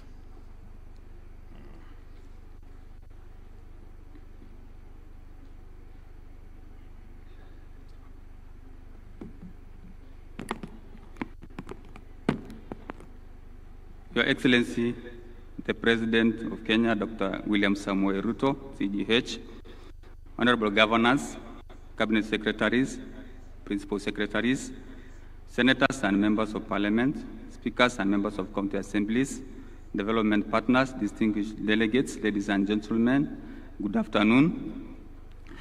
Jodurua Maso, Umor, I'm honored to join you in Homa Bay, the county of endless potential, for the 9th Devolution Conference and the 2nd biennial conference. United under the powerful theme, for the people, for prosperity, devolution as a catalyst for equity, inclusion, and social justice. This year's theme resonates with the objects of devolution, which are fundamental ideas on which our devolved system of governance is anchored. Devolution is about equity, inclusion, and social justice. It is about ensuring that no Kenyan is left behind, regardless of their geographic location, gender, ethnicity, disability, status, or socio-economic background. Since inception, devolution has transformed our governance landscape. It has brought public services closer to the people, accelerated development at the grassroots level, especially for initially marginalized communities, and provided opportunities for participatory governance. Yet, as our sub-theme challenges us, we must now re-engineer county governments to go further. That means to innovate, collaborate, and dismantle the stubborn socio-economic divide that persists. This way, the potential of county governments shall be fully harnessed. Ladies and gentlemen, the State Department for Devolution remains committed to supporting the effective implementation of devolution by empowering county governments to deliver services optimally. One of the key initiatives that the State Department is currently implementing is the second Kenya Devolution Support Program. The program supports counties to improve service delivery, resource management, and institutional accountability. KDSP2 will help boost Kenya's fiscal sustainability by supporting mechanisms for enhancing county-owned source revenue management and improving public expenditure transparency and effectiveness. Additionally, the program is supporting the automation of various manual or government processes, including the automation of exchequer releases, revenue collection, and payroll management. The resultant systems such as human resource information system and digital revenue platforms will improve credibility and accountability of government processes and services. The manual processes have historically caused inefficiencies, translating to mismanagement of resources. KDSP2 will establish a performance management culture in counties. This will be supported through an integrated performance management framework and system standardization performance in government. Counties will be incentivized to undertake monitoring of performance contracts and cascading of the performance contracts to the lowest level. To strengthen participation of citizens in governance, the program aims to support the quality of citizen participation and feedback mechanism on service delivery, thereby improving the quality of life for the people of Kenya. The investment dashboards being supported by KDSP2 will facilitate the tracking of county projects implementation and provide an opportunity for real-time citizen feedback.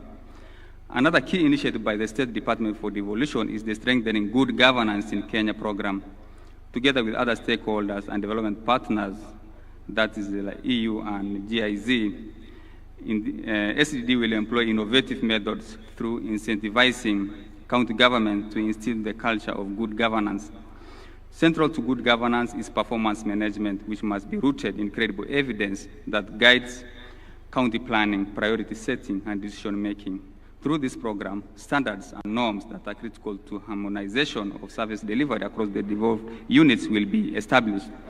Since citizens are the center of performance management, this program is supporting civic education to empower them in oversighting the government in service delivery. Additionally, the crucial role the county assemblies play in oversight, ensuring that resources are used as intended, will be strengthened by building their capacity in budget scrutiny. Ladies and gentlemen, the full potential of devolution calls for reimagining and rethinking governance through opportunities that are available all there with the advancement of technology. Firstly, I will list some of them: embedding performance culture, institutionalizing performance management across county operations, and linking budget execution directly to service delivery outcomes. Secondly, creating climate smart cities, utilizing satellite monitoring for urban planning compliance. Your Excellency, the human resource alone is not enough, so we need also to leverage on technology, and also transforming waste management systems into circular economies, as already outlined by previous speakers.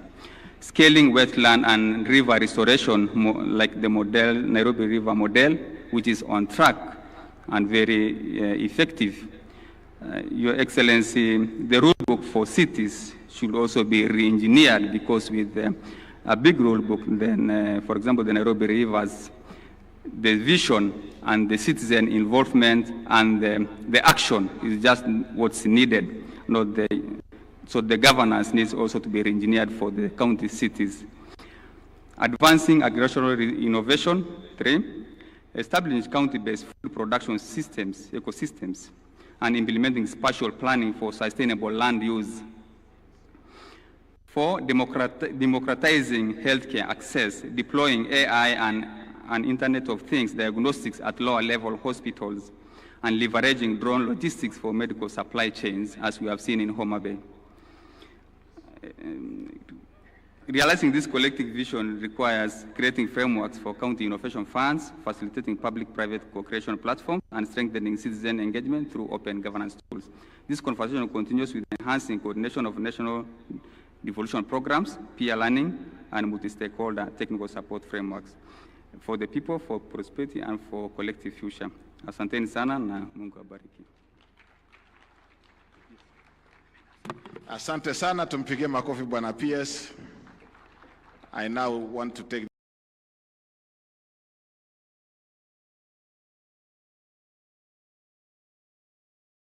Excellency Governors and Deputy Governors, Members of Parliament, my colleagues from the Senate, Members of County Assembly, distinguished ladies and gentlemen, I have a big and beautiful speech here, but I will request that I table it so that it forms part of the records of this devolution conference. And then I will utilize this opportunity just to welcome you to Homa Bay County with great pride, with great pleasure, with great privilege. 3 years ago, you would never have imagined that Homa Bay could host a devolution conference. Indeed, it's almost exactly 3 years ago since Gladys Wanga was elected the governor.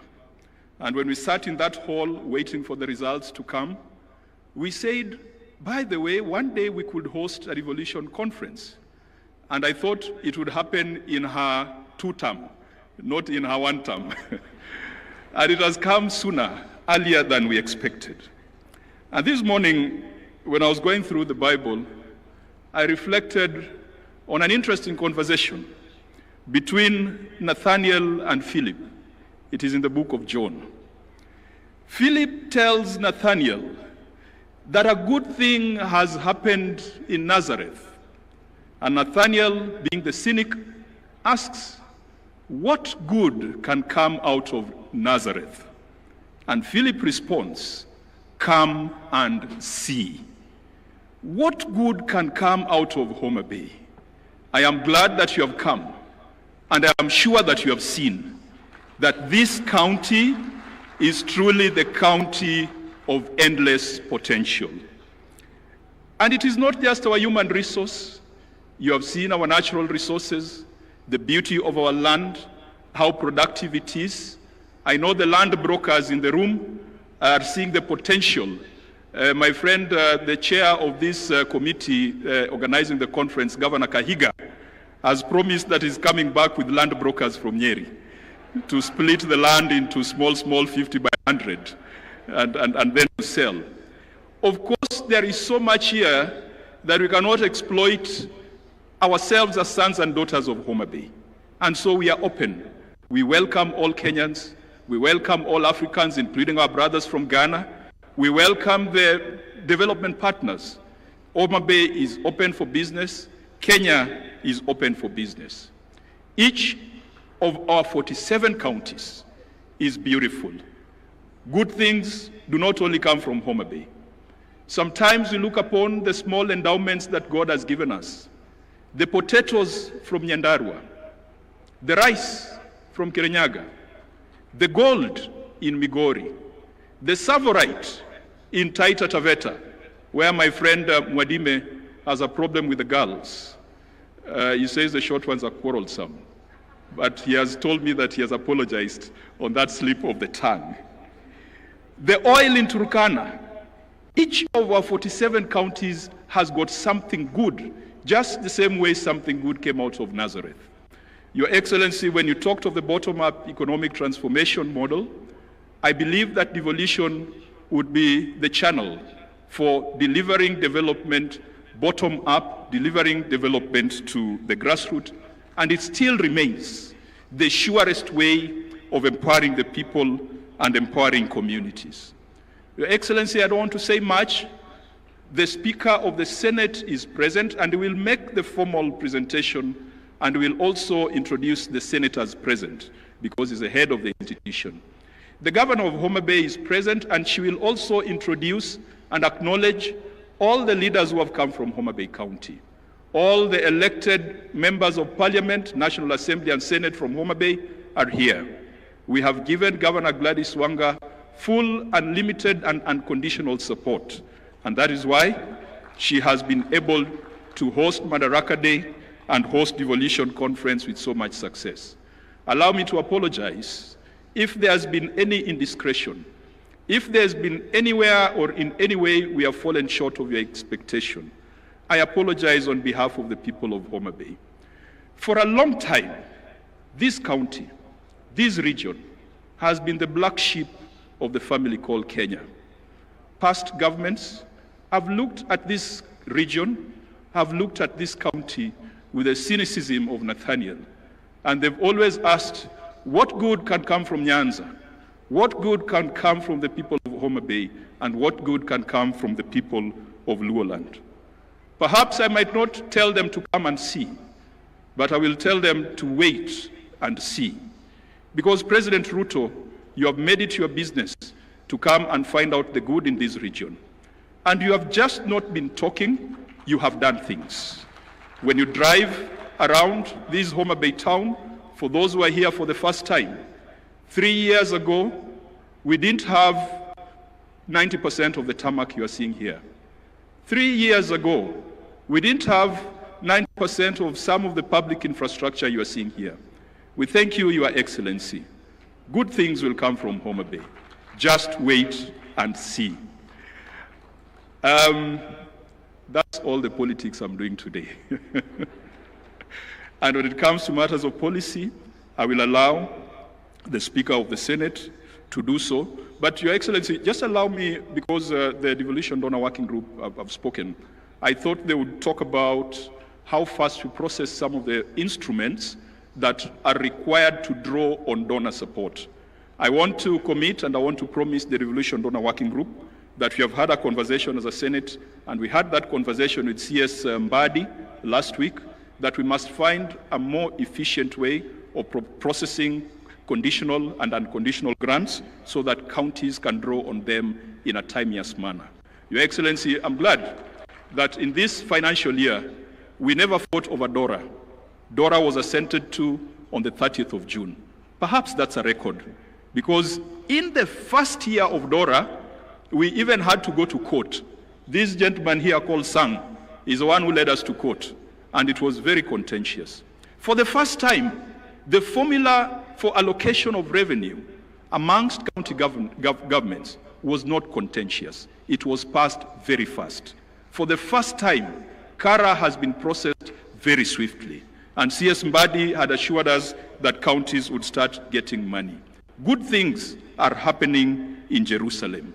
To the county assemblies, the President has assented to a bill which was privately sponsored by Senator for Meru, the Deputy Speaker, Senator Kathuri, is the originator of that bill that has provided autonomy to county assemblies. And Mr. President, again, history has been made that bills have been assented to in Homa Bay for the first time. I don't know whether that has ever happened before. Something good is happening in Nazareth. To the governors, our friends, we will continue to fight for additional resources to counties, because we believe that money is not personal money. It is money that goes to the people. We in the Senate call for greater efficiency, greater focus on service. We must have a conversation with a few of our friends or a few counties which are beginning to look like payroll stations rather than development centers. That is a conversation that we must have. And finally, to my friends in Parliament, we must hold the executive to account. Parliament is not a branch of the executive. We must be bold, whether the experts are our friends or not. We have passed legislation, and Your Excellency, if you look at even the health laws, the Senate passed the 4 laws when we are sitting in Turkana. We went for Senate Mashinani in Turkana. We are the ones who have passed the legislation. So we should not be mourning like the common man, yet we are the ones who came up with the framework. Our job is to call the ministers. And Your Excellency, if Duale cannot fix this thing, if Olunga cannot fix this thing, if Dr. Nyikal, chairing the health committee, cannot fix this thing, then we've got a problem somewhere. We must make these things work. It is our duty, it is our responsibility. They are laws that we passed, and we must make sure that it works. To the Council of Governors, I can also promise you a proper thrashing at the next Devolution conference. May God be with you, and may you enjoy, and it's a thrashing in football. It's in football, let me qualify that. And may you enjoy the beauty and the warmth of Homa Bay County. Thank you. Another round of applause for Senator Kajwang, one of the most popular senators among governors. It's now my humble responsibility to invite our host, Governor, Her Excellency Governor Gladys Wanga. Let's appreciate Wanga. She has pulled Kenya to Homa Bay. Karibu sana, Gladys. Thank you very much, Governor Sang. Your Excellency, President of the Republic of Kenya, Your Excellency Dr. William Samoei Ruto, the Speaker of the Senate, Honorable Amason Jaffa Kingi, the governors present, led by the Chair of the Council of Governors, His Excellency FCPA Ahmed Abdullahi, the Vice Chair, His Excellency Mutahi Kahiga, members of Parliament, Senate and the National Assembly are present, Cabinet Secretaries and Principal Secretaries, members of the Judiciary, Constitutional Commissions and Independent Officers present, Deputy Governors, County Executive Committee members, members of county assemblies and speakers, members of the Diplomatic Corps, development partners, private sector, academia and civil society, my one and only first gentleman there, Mr. Wanga, distinguished guests, ladies and gentlemen, God is good. I'm really delighted to welcome you all to Homa Bay. Your Excellency, when Governor Sang was talking about how governors lost to the Senate yesterday, we didn't only lose the match, I also lost my voice in the process of cheering the governors who are not winning anyway, after all. Your Excellency, allow me to introduce the local leaders present here. This hosting would not have been possible without the support of the leadership of this county, of this region, both in the National Assembly, Senate, and County Assembly. So I'd ask those members to please rise so that I can introduce you and just acknowledge you. Members of Parliament from the region, this hosting is not for Homa Bay alone. It is for this entire region. We have Honorable Rosa Buyu, MP for Kisumu West, Honorable Dr. Ivo Bara, MP for Kabondo Kasipul, Honorable Whip of the National Assembly, Honorable Millie Mabona, MP for Suba North, Honorable Peter Francis Masara, Member of Parliament for Suna West, Honorable Dr. Christine Ombaka, Member of Parliament for Siaya County, Honorable Fatuma Mohammed, Member of Parliament for Migori County, Honorable Martin Owino, Ward Chief, Member of Parliament for Ndiwa, Honorable Dipo Okwome, Member of Parliament for Karachuonyo, Honorable Dr. Joyce Osogo Bensuda, Member of Parliament for Homa Bay County, Honorable Mark Nyamita, Member of Parliament for Wiri, Honorable Sarah Tandi, Chair of Budget Committee and Member of Parliament for Alego Usonga, Honorable Peter Opondokaluma, our host MP for Homa Bay Town Constituency, Honorable Catherine Muma, Senator nominated from Kisumu County, Honorable Senator Eddie Okech, Senator for Migori County, Honorable Senator for Homa Bay, who has spoken, Senator Kajuang, Honorable Dr. Lillian Gogo, Member of Parliament for Rangwe. Thank you very much. Please be seated. I saw our majority leader and speaker in the crowd there. Honorable Speaker of the County Assembly of Homa Bay, Polika Pokombo, and Honorable Majority Leader Ogindo Tipo. Your Excellency, it is my profound honor to welcome you to the Lake County of Homa Bay, the county of endless potential. We are privileged to host the 9th Devolution Conference 2025, a vibrant platform for innovation and measuring progress for devolution in Kenya. In line with the theme of the conference, for the people, for prosperity, we sincerely thank the Council of Governors, my colleague governors, for the opportunity to host DevCon 2025. It was not an easy decision, but we thank you for believing in Homa Bay, despite the fact that we might have been considered one of the counties that may be too small to host. We thank you for the vote of confidence. Your Excellency, allow me at this very early opportunity to thank you immensely for your partnership in transforming Homa Bay County to make it a county that could be considered to host this conference. As Senator Kajuang has correctly pointed out, a lot of the transformation in this county has happened in the last 3 years. Your Excellency, when you first visited Homa Bay on 16th on an official development tour on 16th of January 2023. 3/4 of the development that we are seeing in Homa Bay County was not here. Your Excellency, at that point in time, there was no broad-based government, there was no partnership. I was an opposition governor, you were the president of the Republic. To the people of Homa Bay, you had no intention of leaving Homa Bay or any other part of this country behind simply because of how we voted in the election in which you are elected as President of the Republic of Kenya. Excellency, partnership with the national government. Excellency, today as we drove to the county headquarters and we were coming back, I could see 2 lines of vehicles on one side and 2 lines of vehicles on the other side. The dueling of the main highway in this Homa Bay town, which would have about Your Excellency because of your support. Whether it's the lakefront, I invite all delegates to go and have a sumptuous meal of fish. The transformation of that has been because of the partnership that we have had together. Your Excellency, all the roads and infrastructure that we see in this town and beyond. Thank you, Your Excellency, for your partnership.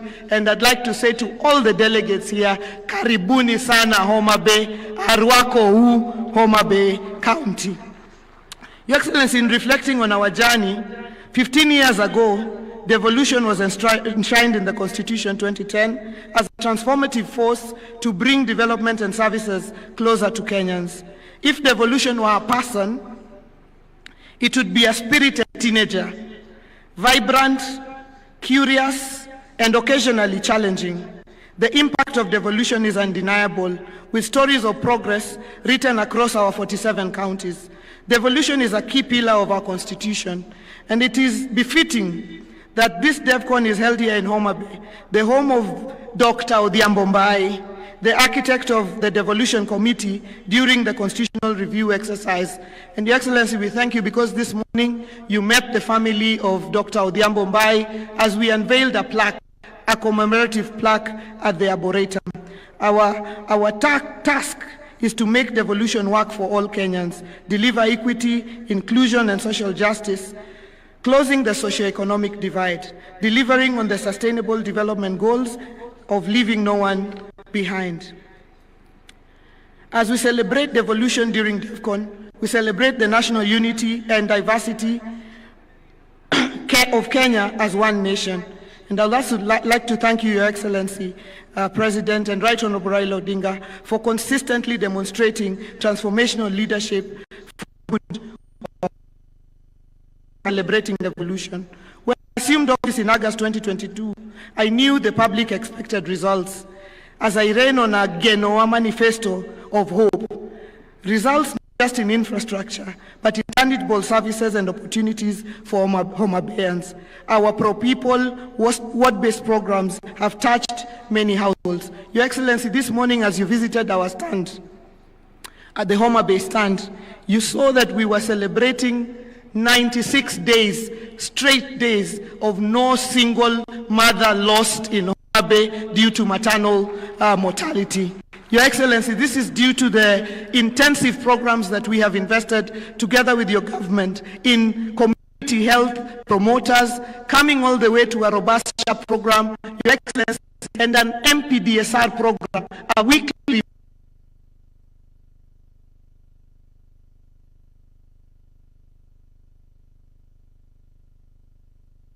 for partnership with the Council of Governors. Every Tuesday,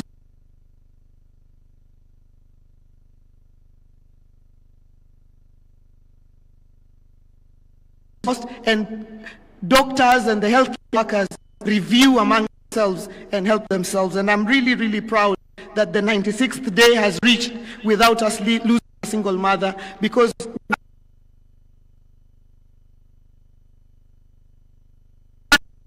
we used our on-source revenue that grew by over 700%, 859 million in the financial year 2022-2023, and over 1 billion in 2023-2024, and a high of 1.7 billion in 2024-2025 to fund critical services. We are constructing a 5-story accident and emergency block at the level 5 hospital at the Homa Bay County and Referral Hospital, set to be operational by year-end, reducing referral times and improving trauma care. We are addressing infant and maternal mortality, as I've mentioned, and combating the triple threat of GBV, HIV, and teenage pregnancies. Your Excellency, you recently signed, Your Excellency, devolved funds are insufficient to realize our county visions. So we seek deeper collaborations in agriculture and trade to position Homa Bay as a global player. The Riwa City Special Economic Zone, our flagship agro-processing zone that hosts the county aggregation and industrial park, promises 14,150 direct jobs and 90,000 indirect opportunities to our local communities. We urge for prioritization, Your Excellency, of the horizontal infrastructure at the Special Economic Zone. Our key value chains, Your Excellency, in Homa Bay include fish, cotton, edible oils, sunflower, millet, sugar, sweet potatoes, pineapples, and livestock and groundnuts. We are pushing our value chains up, and we have seen the growth of production in leaps and bounds in the last 2 years. Your Excellency, you recently signed the Economic Partnership Agreement for trade with the European Union. With CAIPs and improved productivity of the agricultural value chains, we can enhance the trade volumes. Kenya is trading far lower volumes compared to countries like South Africa. The answer lies in 50-50 sharing of the agriculture funds.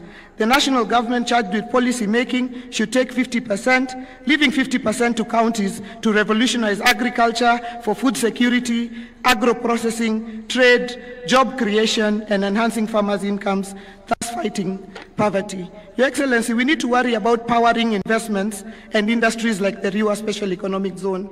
The nuclear power project to be implemented in Siaya will be a game changer for the entire region and country. It is expected to supply reliable, affordable, and sustainable power for economic growth. We support the nuclear power project's full implementation for the future of the whole region. Nuclear power will support our agro-processing agenda, powering investments and industries that we need for job creation. Your Excellency, distinguished guests, Homa Bay is a model of devolution's potential. Let me share on 3 critical success factors for our county. One is the unity of purpose for the county leadership. You heard the Senator saying that we all work together as a team to move our county forward. Second is support of the county assembly. And third is the secret of partnerships, from the national government to development partners, to the private sector, to the civil society. We are a county of partnerships, and we thank all our partners, many of them present here today. The story of Homa Bay is the story of devolution. A little-known county, Mwisho wa Lami, is hosting DevCon. This is the story of each of our 47 counties, and this is the story that we want for Kenya as we engage in the next few days of the conference. My apologies, Your Excellency, and have to punish the governors who are not playing too well and made me cheer too hard.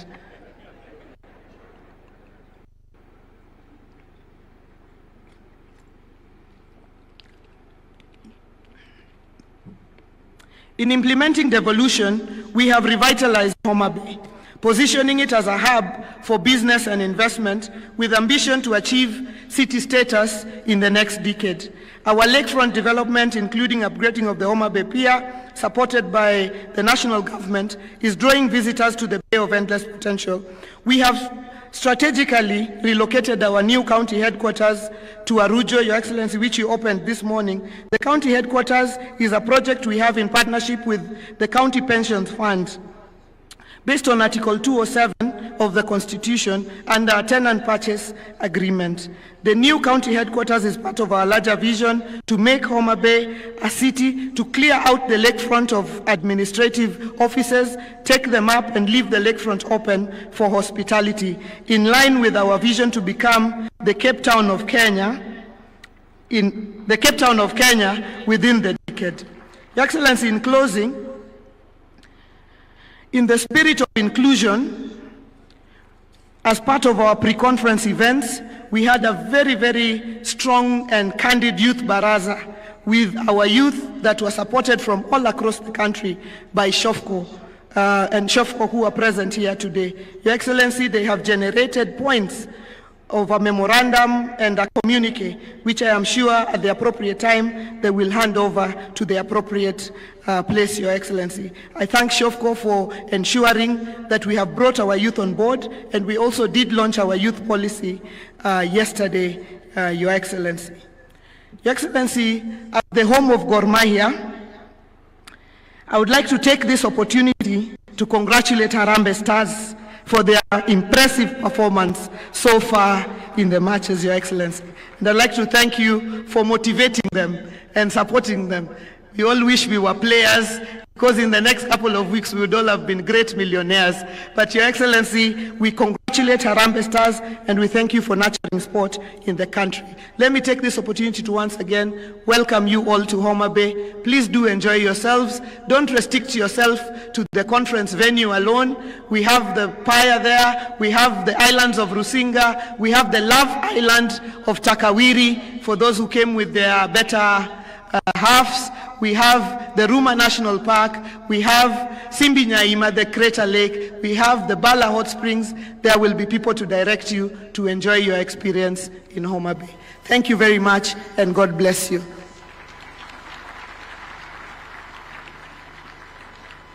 Another super applause for our host. Asante sana, Governor Wanga. It's now my honor to invite the our vice chair, who also happened to have been the chairman of the steering committee, to come and give us a status on action points for the 2023 Devolution Conference and introduce the steering committee. Karibu sana, Bwana Kaiga. Daktari Kaiga, Governor Nyeri. Thank you very much, our whip, Governor Sang.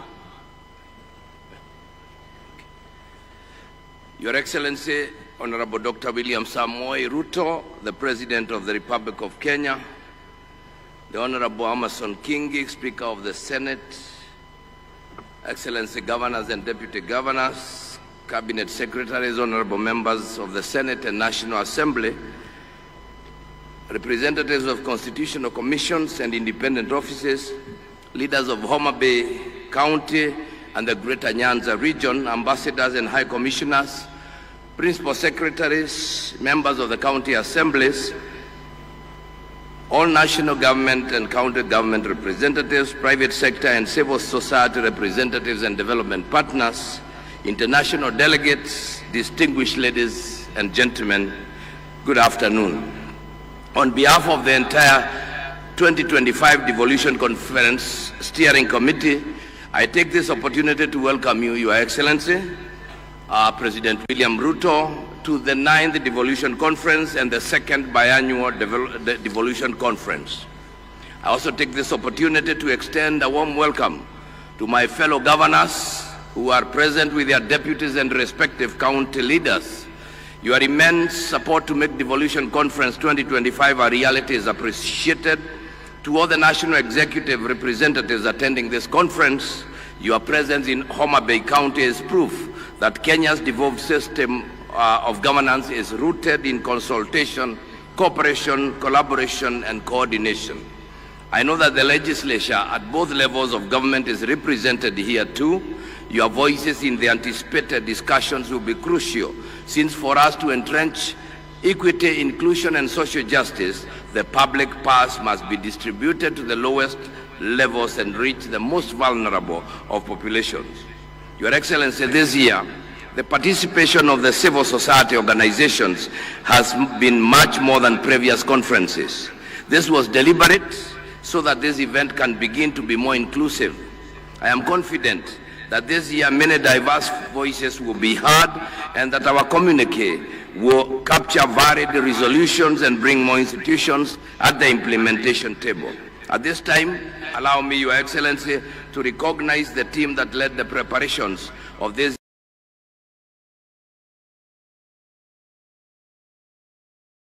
the auditorium to clap for you. The esteemed steering committee was chaired by myself, and its membership comprised of Governor Gladys Wanga,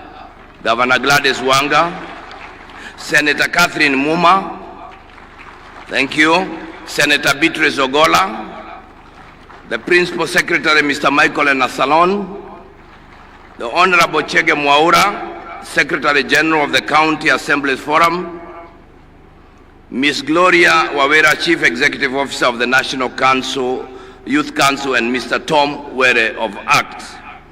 Allow me to also recognize the Chair of the Planning Committee, Ms. Mary Muiti, the CEO of COG, and I convey immense gratitude to all the institutions who participated in preparations. Asanteni sana, and like they say here, Erokamano. Your Excellency, it will be wrong of me if I don't mention that the conference was planned, executed fully by our indomitable staff at the Council of Governors, and I appreciate all of them. Distinguished ladies and gentlemen, it is my privilege to deliver this progress report on behalf of the Council of Governors regarding the implementation of the communique adopted at the first biannual Devolution Conference held between the 15th to the 19th August 2023 in Uasin Gishu County under the theme 10 years of devolution, the present and the future. I will highlight just key milestones in implementation of the 2023 resolutions. First is the coordination in project and program implementation. Your Excellency, the Office of the Deputy President is working with ministries, departments, and agencies to synchronize the interventions of different government entities to eliminate duplicity and enhance efficiency. The Presidential Economic Transformation Secretariat, PETS, has undertaken a comprehensive review of projects across all sectors to align them with national priorities. The synchronization and identification of these projects to the ward level has greatly eased silos and enhanced coordination. Automation and digitalization of services was the second one, and county governments have automated services in different sectors. Murang'a, Kisumu, Makueni and counties have fully automated their services, while other counties have partially done it. The e-citizen has brought together over 16,000 government services, and this comprehensive digital platform integrates services from more than 100 ministries, counties, departments, and agencies, streamlining access for citizens and residents across Kenya. The third one was own source revenue. Counties collected Kenya shillings 58.95 billion in the financial year 2023-24, which is 72.5% of their target, marking the highest revenue performance in 11 years. 10 counties surpassed their OSR targets in financial year 2023-24.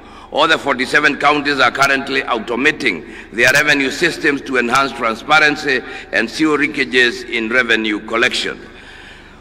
On number 5, which is transfer of county functions, the unbundled functions were gazetted under Gazette Notice number 219 dated 16 December 2024. What remains pending is the costing process, which will pave way for adequate resourcing of county functions. On legislation of land and bridging the gender gap in land ownership, the National Land Information System, dubbed ISASA, was successfully rolled out in Nairobi County, Mombasa Island, and Mombasa County, and some parts of Murang'a County. County governments have also established land information management systems like Kajiado, Makueni, and Murang'a counties. The Adhi Haki Mob app in Taita Taveta County and the mobile-based reporting tool in Kakamega County are some of the innovative interventions implemented within the 2-year period that aggregate real-time data on women's land tenure issues.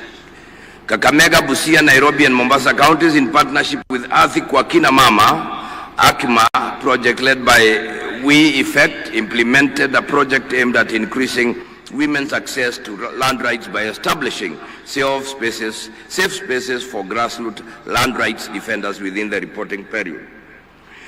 And the other one is strengthening primary health care and community health services. 227 primary care networks are operational, and the National Treasury has included the community health promoter stipends in the additional allocations to county governments from national government's share of revenue in the financial year 2024-25. The Cabinet Directive of 21st January directed mergers of health programs to avoid duplication, and we thank you, Your Excellency. We are creating a conducive environment for the youth to carry out business. The government has developed the Creative Economic Support Bill 2024 and is currently at the public participation stage. Further, to boost local talent and earning, Nairobi County has initiated programs to support artists and content creators by providing affordable access to public spaces for performance and exhibitions. This includes subsidized fees and streamlined permit processes. Street photography and street dancing are now permitted. Mombasa County, on the other hand, has several creative hubs, including the Mombasa Innovation Hub, Swahili Port Hub, Jukwa Arts, among others. On forestry and tree growing, the Ministry of Environment, Climate Change and Forestry has undertaken mapping of both tree and forest cover in the country to inform the tree growing targets of achieving 30% tree cover by 2032. Ladies and gentlemen, I applaud all stakeholders and partners who facilitated the full implementation of the 2023 communique. Any ongoing efforts must be concluded.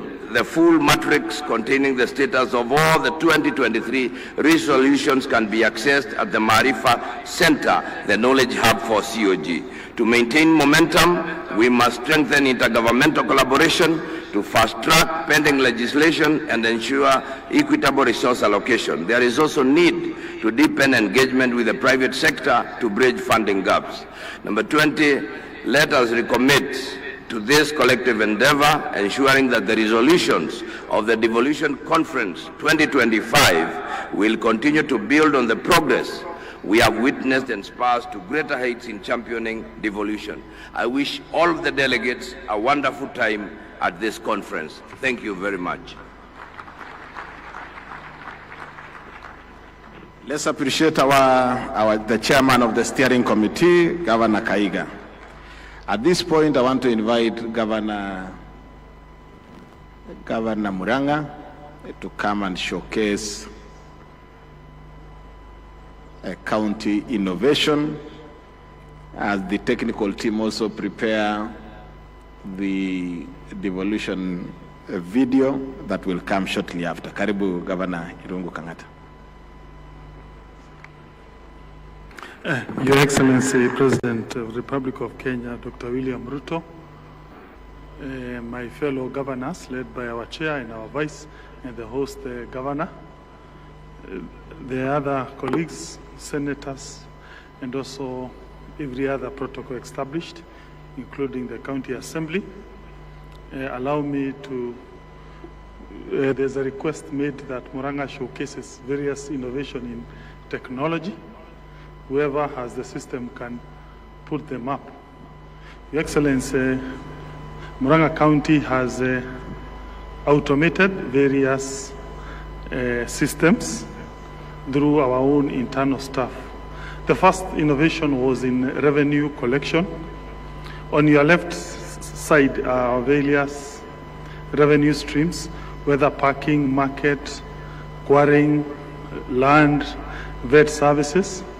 So that then means if you pay, we see this, whether parking, market, quarrying, land, vet services.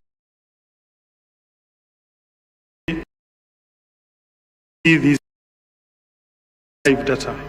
So in the middle part, that is where you see the various collected data. For example, you can be able to know how many vehicles have been parked in Muranga County at any given time and how much money has been paid. Next slide is a single business permit and liquor. So if you own a business in Muranga, you go to the internet, you apply, you print your permit. You don't have to come to the county headquarters to pay for single business permit or liquor license. The third one, Your Excellency, is a land management system. Anyone who wants to pay for building permit, lease, subdivision, transfer application of any plot, again, you go onto the internet, you loading your documents, including your architectural designs. We process this via internet, and then you print your document and you go home and you're able to see how much money has come to the county of Murang'a. The other one, Your Excellency, is on fleet management. Murang'a County, just like other counties, has about 100 motor vehicles. So we put this system to monitor where they are. So if you overspeed, we are able to monitor you. If you enter into a pub, we just send a text and the vehicle stalls. We are able, if there is an accident, we can play back whether you are on the right track, you are overspeeding, and we are able to get that evidence. This has led to the reduction of number of accidents and also improved drivers' behavior.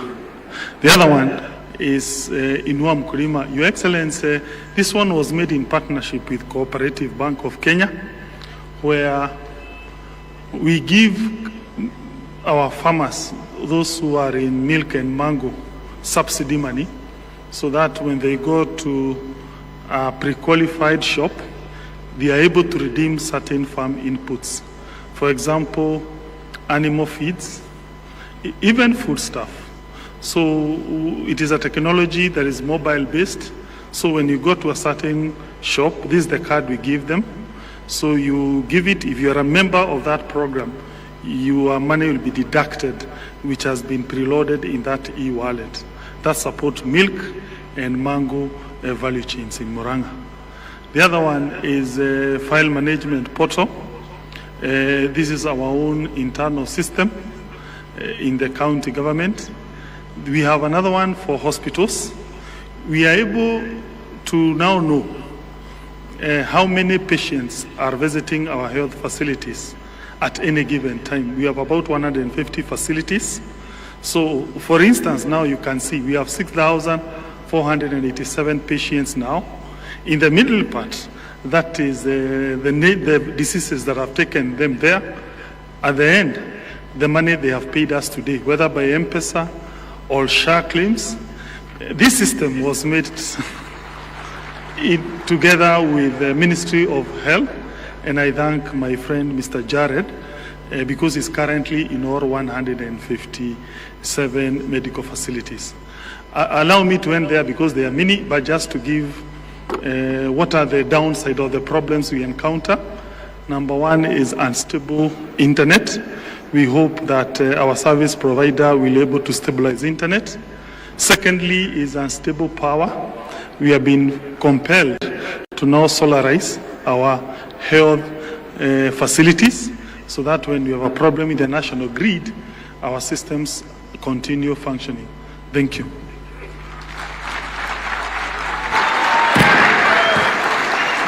Another round for applause to Irungu Kanata. It's now my pleasure to invite Right Honorable Speaker of the Senate, Amason Jeffa Kingi, to come and make his remarks and address us. Karibu sana Bwana Speaker.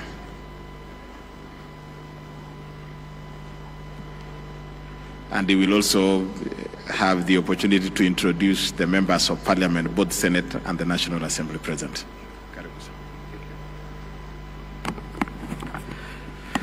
Your Excellency, the President of the Republic of Kenya, Dr. William Samoei Ruto, in the interest of time, allow me to adopt the protocols already established by the speakers who spoke before me. Your Excellency, before I make my brief remarks, allow me to introduce the team from the Senate, and I hope my eyesight won't fail me. We'll start with the Deputy Speaker and Senator for Meru County, the Honorable Senator Kathuri Murungi, the host Senator, Senator Kajwang Moses Otieno, the Senator for Nandi, Senator Samson Cherankei Kiprotich, Senator Dr. Boni Khalwale, Senator for Kakamega, Senator Faki Munyehaji, Senator for Mombasa, Senator Eddie Okech for Migori, Senator Catherine Muma Muyeka, Senator Maureen Tabitha Mutinda, Senator Hamida Ali Kibwana, Senator Julius Murgo, Senator Montel Monteith Batuli Betty, Senator Kisang, Senator Esther Anyeni Okenyuri, Senator Beth Siengo Kalunda, Senator Jackson Mandago, Senator Danson Buya Mungatana of Tana River, Senator Abbas Sheikh Mohammed, Senator Mbugua. Those are the senators who are with us here today.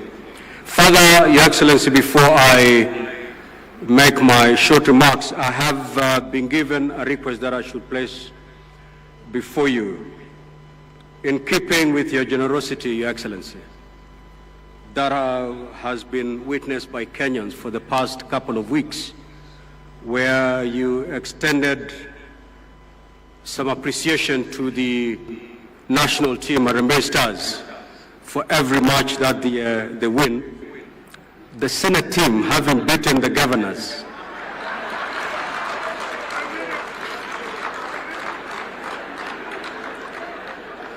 they are wishing to be considered in that appreciation token. The team comprises of 16 members. If that is agreeable, Your Excellency, I may pass by the State Lodge to collect 16 million for the team. And I know it's possible. Thank you, Your Excellency. 16 million for the team.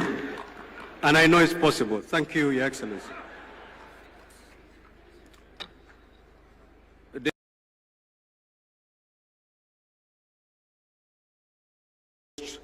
Transformative governance shift since independence, that is devolution.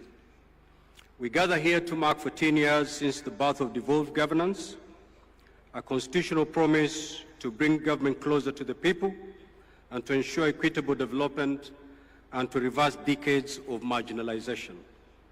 As partners in the devolution space, our gathering here today and this entire week is not a matter of routine, but a national obligation. For devolution is about every lives of our people. The theme of the conference, that is for the people, for prosperity, devolution and as a catalyst for equity, inclusion and social justice, is not just a slogan. It is a call to action and resonates with the realities of our time.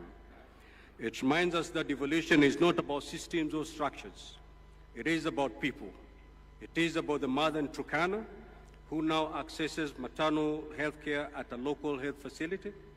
It is about the youth of Homa Bay County accessing vocational training. It is about the farmer in Embu receiving extension services without having to travel to Nairobi. The sub-theme, re-engineering county governments to accelerate development and bridge the socio-economic divide, demands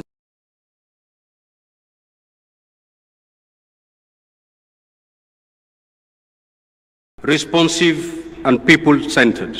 It is a call to disrupt mediocrity, embrace technology, promote innovation, and be accountable stewards of the public trust.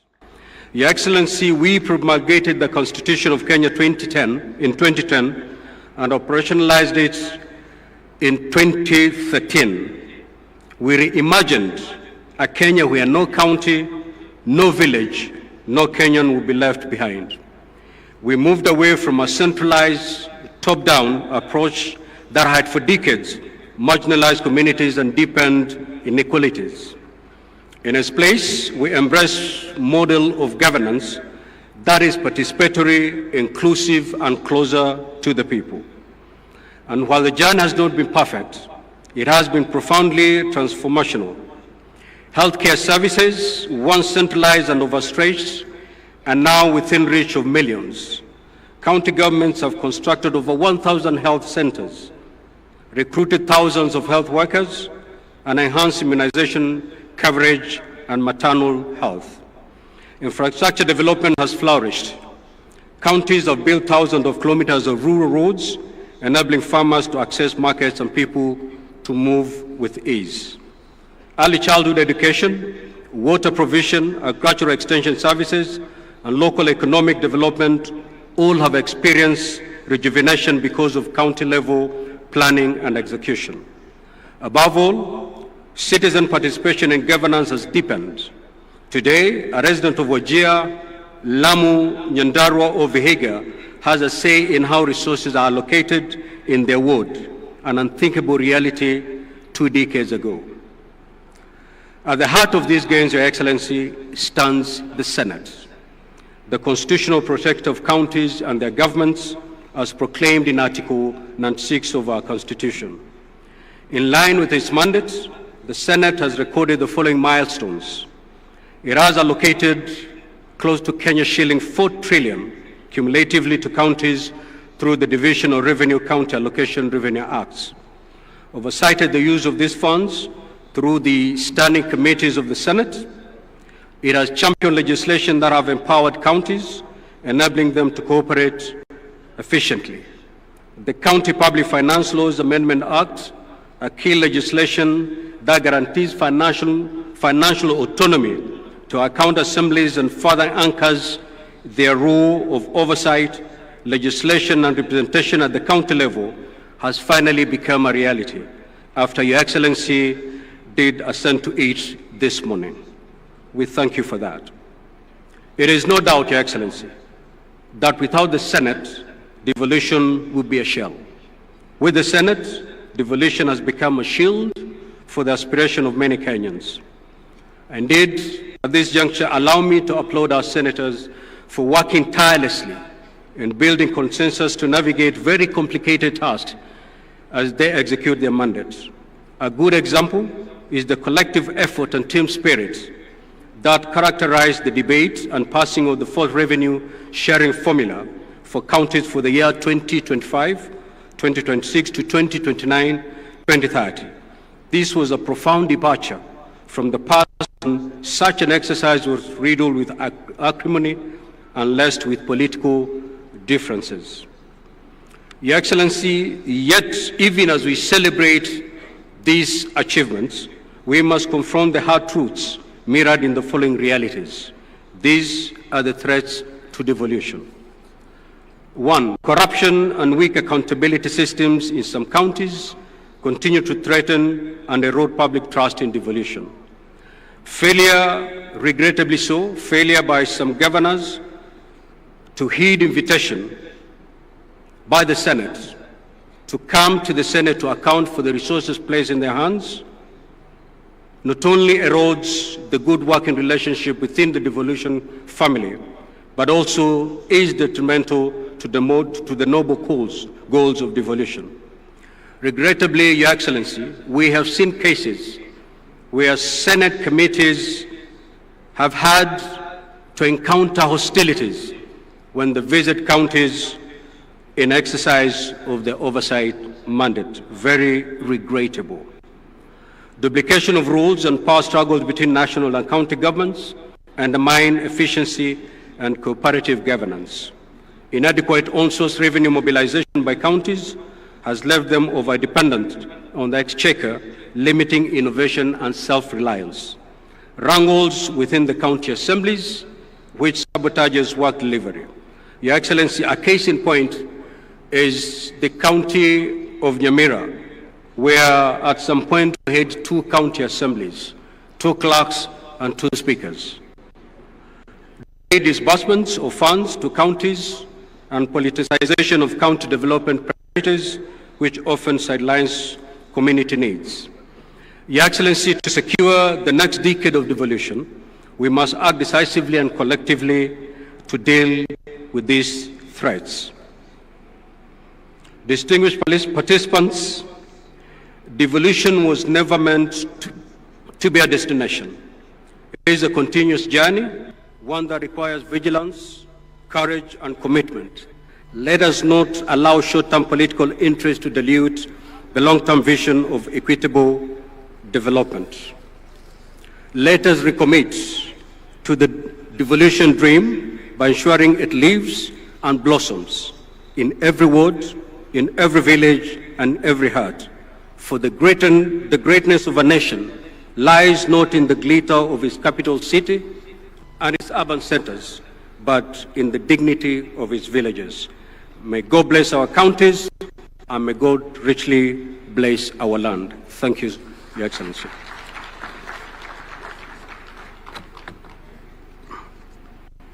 Tumpigie makofi Bwana Speaker.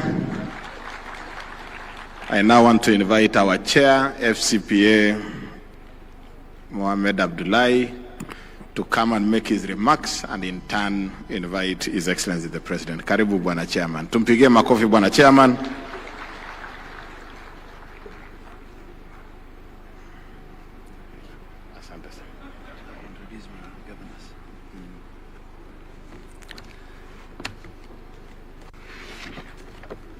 Thank you very much, our whip.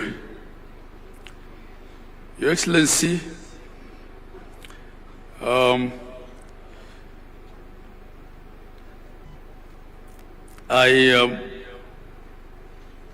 will ride on the protocols already observed before me, but I just want to, before my speech, ask the deputy governors, because I think other groups have been asked to, have been appreciated, to also stand so that we know the deputy governors who are here. We can appreciate you in totality, deputy governors. Thank you very much. Please let's appreciate our deputy governors who are here. Your Excellency, when my sister was here, Gladys Wanga, host governor, I think because of the small element of stage fright that we all have and the fact that we're putting her under pressure to save on time, she forgot to introduce her deputy governor. I think he also didn't stand up when the other leaders stood up. So on her behalf, I apologize and recognize and appreciate the deputy governor of Homa Bay County, Oyugi Magwaga.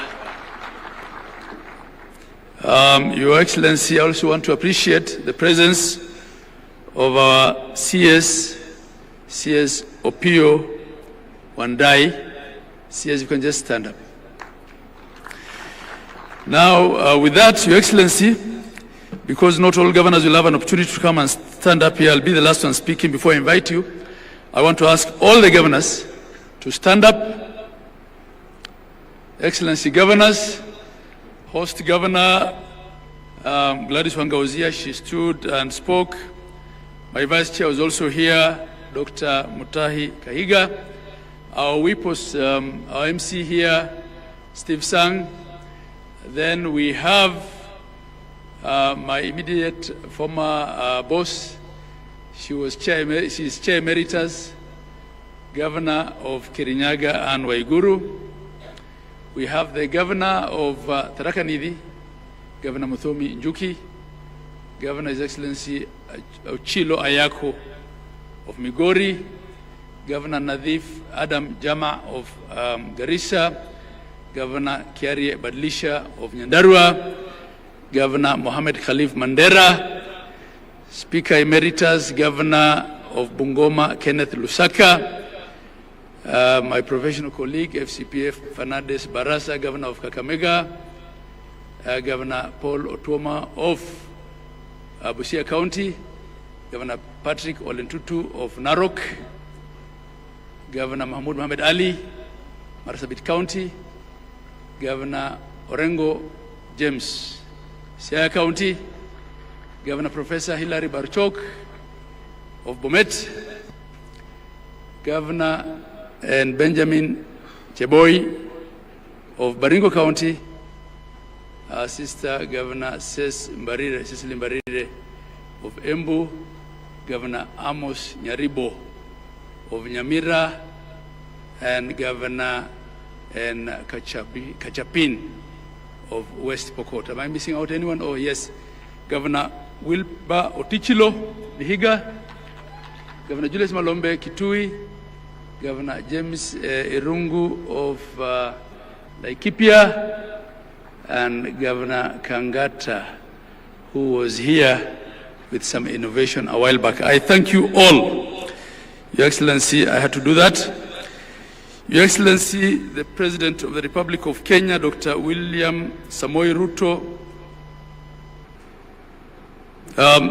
Your Excellency, the Right Honorable Amos Kingi, Speaker of the Senate,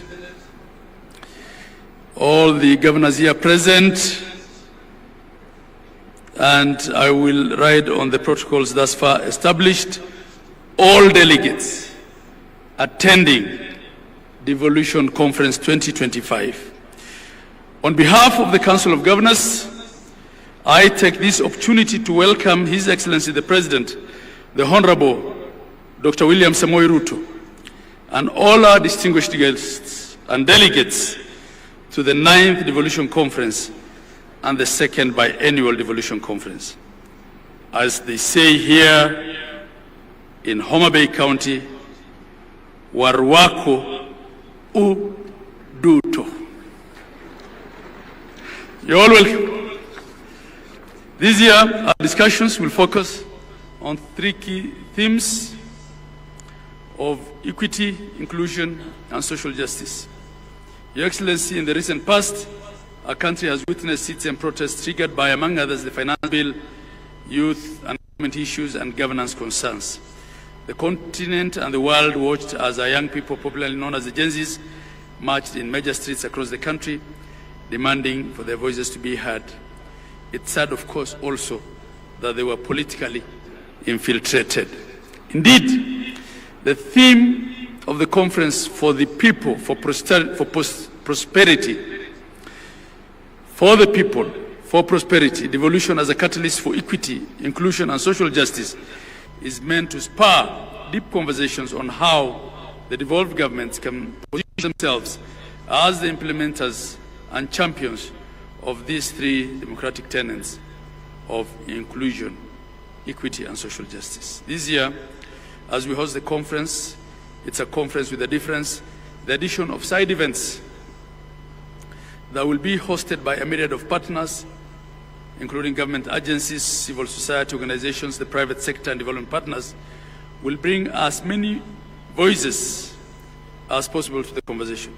I invite all the delegates to carefully peruse the program and purpose to attend the side events, which will run each single day of the conference.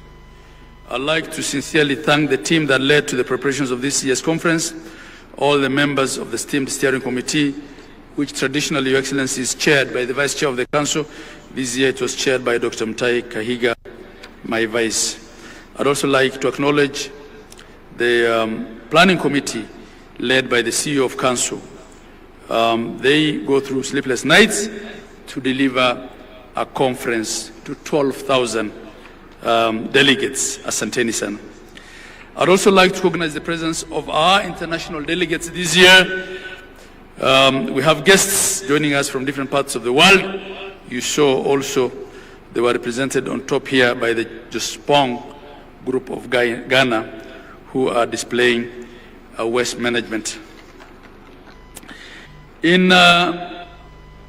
2010, Your Excellency and distinguished delegates, Kenya has promulgated a new constitution for themselves, containing what is globally regarded as one of the most radical shifts in governance the world has ever seen. Some have called the format of the Kenyan devolution experimental.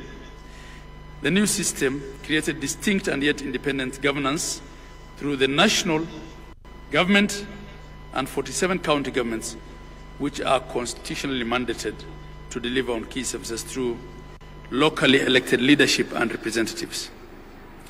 We are all in agreement, all of us here, that devolution, notwithstanding its challenges, real and perceived, remains an exemplary case of meaningful reform and the best gift that Kenyans accorded themselves in 2010. The main purpose of devolution was creating units that would secure equitable distribution of development in the country, that every Kenyan is then guaranteed a dignified and a quality life with access to public goods such as healthcare, water, housing, food, education, and transport at the local level. Creation of administrative units beyond the county governments in wards, villages, and planning committees is further meant to ensure that the communities are heard and that the citizens' needs are met no matter where they are in Kenya. Article 174 of our Constitution captures this very succinctly by laying out the objects and the purpose of devolution. And there are 9 of them, and they include, among others, to promote democratic and accountable exercise of power, to foster national unity and recognize diversity. I'll not read all of them, but you can refer to Article 174.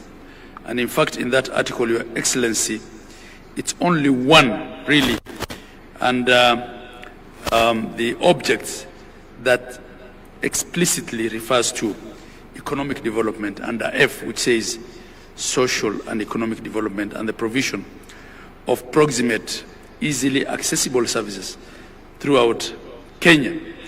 So through devolution, we were dealing with development, but we were also dealing with equity and social justice that is uniform across Kenya.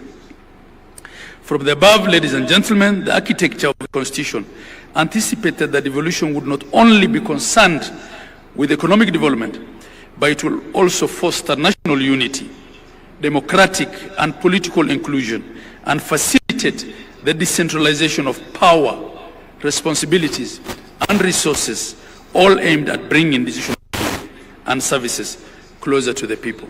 The establishment of the devolved government was thus our ambitious way as a country of reversing centralization as a basis of both political and economic development. It is both an economic imperative. Devolution is an economic imperative, but I believe it was also a political settlement. Devolution is indeed the truest and the most progressive definition of bottom-up social, economic, and political transformation. 12 years ago, Your Excellency, under the first election, under the new constitutional dispensation of 2010, we set up the first cycle of county governments. We ushered in 47 new county governments. And these governments, unlike the former local authorities, were created through the statutes. They had constitutional protection. They were established in line with the Constitution, and they enjoy both institutional and financial safeguards directly from the supreme law of the land. The fourth schedule further splits the functions between the national and the counties. Your Excellency, we've come a long way. At the Council of Governors, we appreciate that in 2014, on the 16th of December, you unbundled through a Gazette notice a lot more functions and component of functions.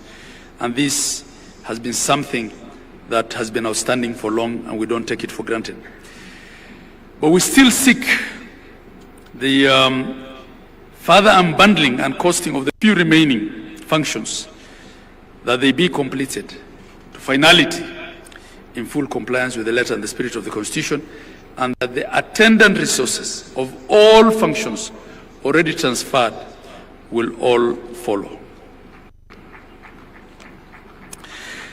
As I make this speech, Your Excellency, I'm a second-term governor, having served in the first cohort of the first phase of county governments between 2013 and 17. In my view, devolution, again I say, has come a long way. The journey has not been easy. We've had policy, legal, and administrative challenges that have threatened the very foundation of devolution. But I am convicted, I'm convinced here that counties, and in general devolution, has gone from strength to strength. Counties have recorded countless success stories that reveal that devolution is uplifting the lives and livelihood of Kenyans.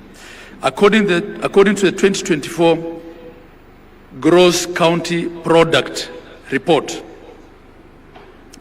which was released by the Kenya National Bureau of Statistics, KNBS, county governments are making significant and transformative contribution to the national economic performance. Essential investments be it in financial, material, and technical, is being made towards the devolved sectors, and this is contributing substantially to national growth and development. I'll just give a few, very few examples. Data from the period that devolution existed shows, say, in the provision of healthcare, which is one of the most important services that any county government must deliver, between 2014 and 2025, Kenya has recorded notable improvements in key maternal and reproductive health indicators.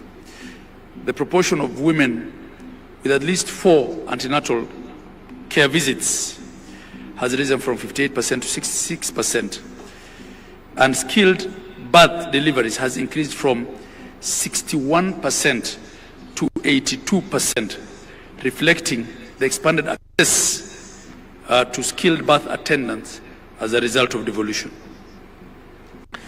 At the onset of devolution in 2013, Your Excellency, there were 8,466 health centers and dispensaries across the country. And these, I'm only referring to public health centers and dispensaries.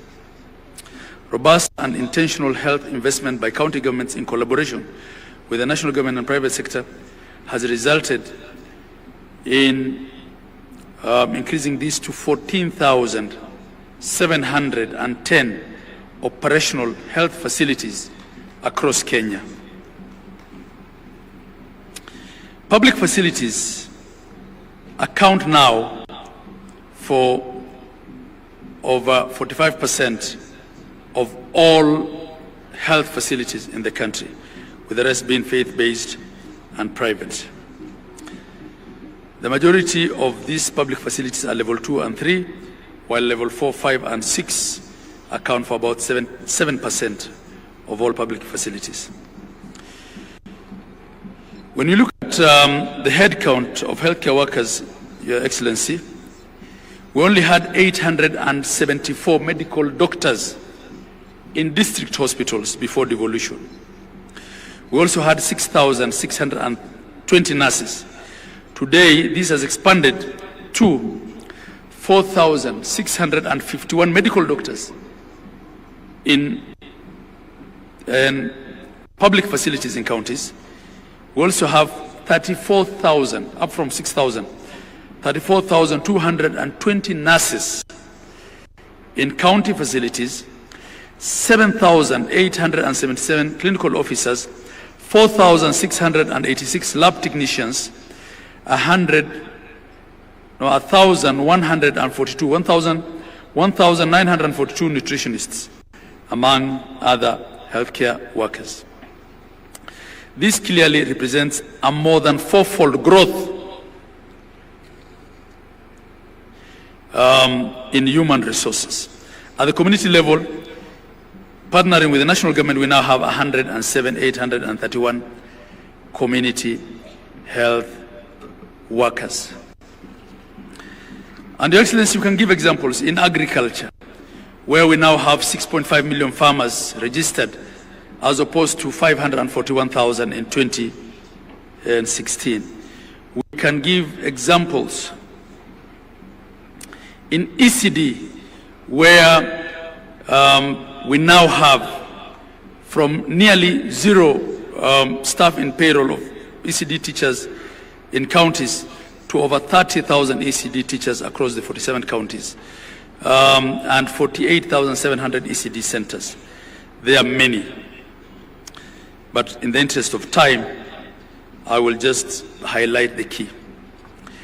Distinguished delegates, ladies and gentlemen,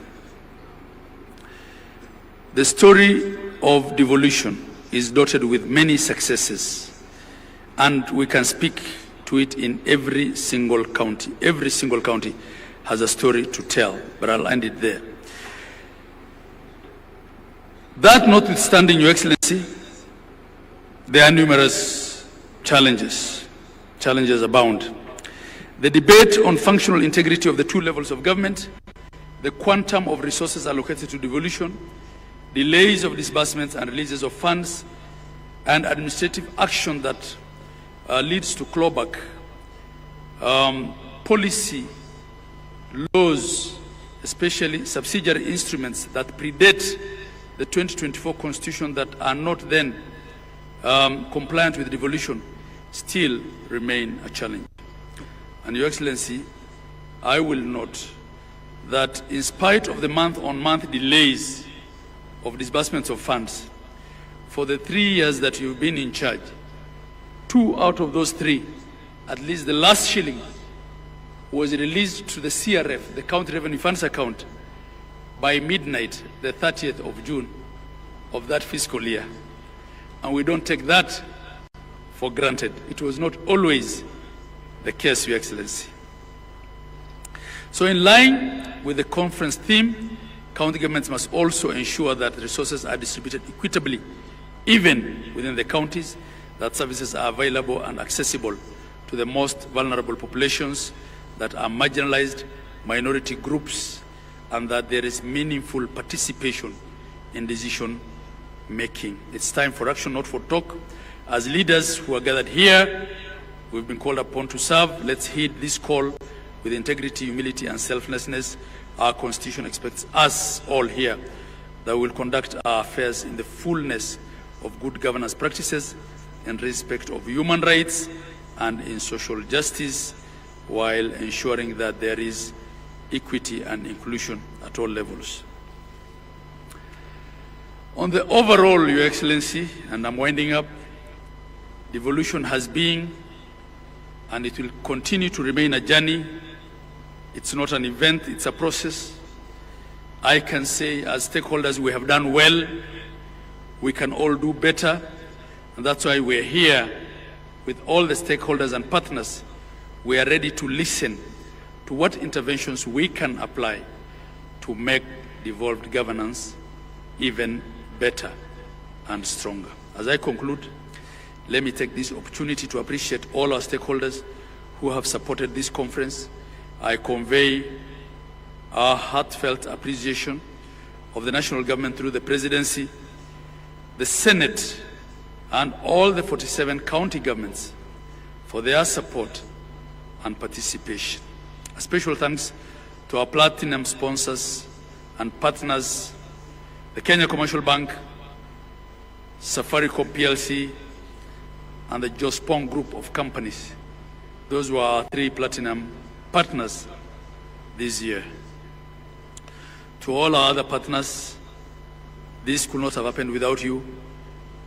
Devolution has brought 12,000 delegates at DEFCON 2025 to Homa Bay County. This could not have been done without our partners. We appreciate and value all of you. Your support has made this event a reality and a big success.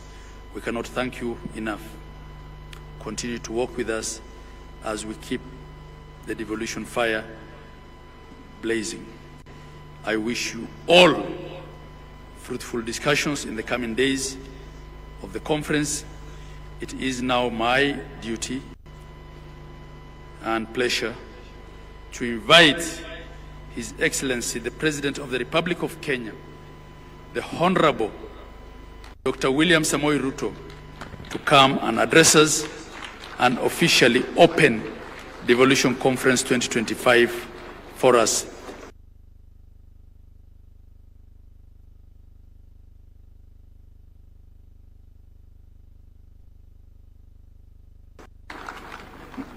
Thank you very much, Governor. Ladies and gentlemen, let's take our seats. Thank you very much.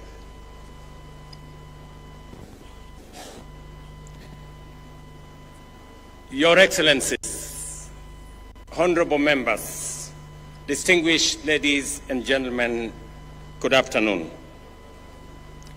I am delighted to be back in Homa Bay, the county of endless potential and possibilities. A place whose promise mirrors that of our great nation. Vast possibilities, many opportunities, awaiting bold action as we steadily unlock the full benefits of devolution. Our counties are critical frontiers and the powerful drivers of both national and local growth. This Devolution Conference is therefore a moment to take stock, celebrate gains, and reimagine how we can accelerate progress for every county and every Kenyan. The theme of this year's conference speaks directly to our national vision, a Kenya where every citizen, regardless of region, gender, background, or status, has a fair and equal opportunity to thrive. Our Constitution's preamble commits us to human rights, equality, freedom, democracy, social justice, and the rule of law. This theme is a reminder of the bold, transformative journey we began and a call to remain true to our shared aspiration as a nation and as a people. Ladies and gentlemen, devolution has been transformative. It has fostered equity by distributing resources fairly and addressing historical imbalances. It has enhanced inclusion by empowering communities, empowering women, giving a chance to our youth, and extending a fair environment to persons living with disability for all of us to participate fully and meaningfully in the development of our nation. Social justice has taken root through accountable, transparent, and responsive governance. The national government is proud to have invested heavily in making these principles a reality. And for myself, I have had the privilege to chair the first intergovernmental budget committee, commonly known as IBEC, from the beginning. And I have had the privilege to see devolution grow by leaps and bounds. Through collaborative frameworks, such as the Intergovernmental Relations Technical Committee, the Council of Governors, the Summit, and the other intergovernmental fora, we have resolved challenges amicably and aligned our policies and resources as guided by our constitutional vision. From the very first day of my administration, I affirmed that devolution is not merely a constitutional provision, it is the ground jewel of our democratic governance and the proudest achievement of the people of Kenya in our constitution-making process. I pledged to accelerate the full transfer of all outstanding devolved functions as assigned in the 4th schedule of our Constitution, together with the requisite resources. This commitment was formalized during the 11th National and County Government Coordinating Summit held at State House, Nairobi, on the 16th of December 2024, as has been alluded by the earlier speakers. I directed the Intergovernmental Relations Technical Committee to finalize the delineation, unbundling, and gazettement of all pending functions, and to initiate the systematic transfer of budgetary allocations and other resources tied to those functions without delay. Today, I am proud to report that all 14 devolved functions have been conclusively delineated, unbundled, and formally gazetted. This milestone has eliminated decades-old ambiguities that hampered service delivery and fueled intergovernmental disputes. This achievement marks a decisive turning point in our journey to align functions with funding. It empowers county governments to design and implement programs that respond directly to local needs, from healthcare to agriculture to water management, infrastructure, trade, and early childhood education, while delivering measurable impact to all the people we serve.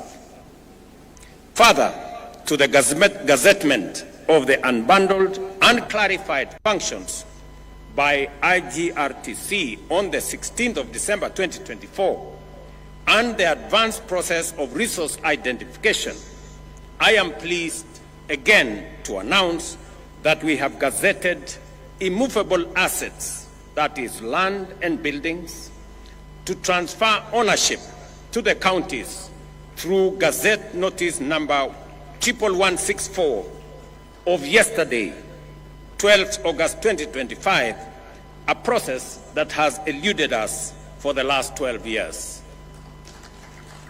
In other words, 50,000 pieces of land and 80,000 pieces of land and buildings will now become the property of county governments legally. This morning, in a further demonstration of our commitment to devolution, I signed into law two landmark pieces of legislation: the County Public Finance Law Amendment Bill of 2023 and the County Allocation of Revenue Bill 2025. These laws cement the place and the principle of horizontal revenue sharing among counties and consolidate the place of county assemblies while clearly defining the respective responsibilities of both county and national governments. Let me say this, that I had the honor in Homa Bay to finally guarantee by law the independence of our county assemblies. This is a commitment that I made. This is an engagement that I did with the county speakers and county assemblies, and it was a merited request and a merited ask that the same way we have independence of the legislature at the national level, we must also have independence of the legislature at the county level. I now ask the county assemblies to effectively undertake their responsibilities, effectively provide oversight, efficiently legislate for counties to perform their mandate, and also robustly represent the people who elected them.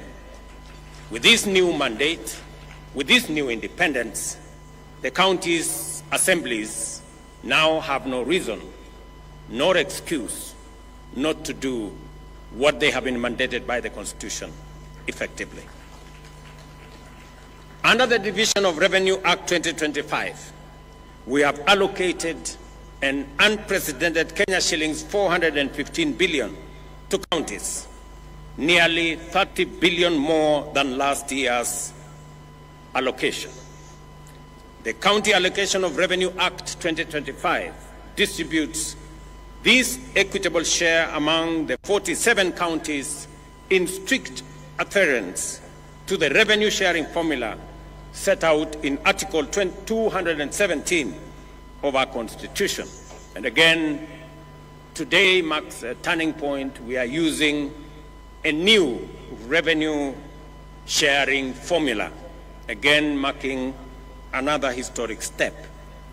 This is the first allocation, as I have said, to apply the fourth determination of the basis for division of revenue approved by Parliament this year.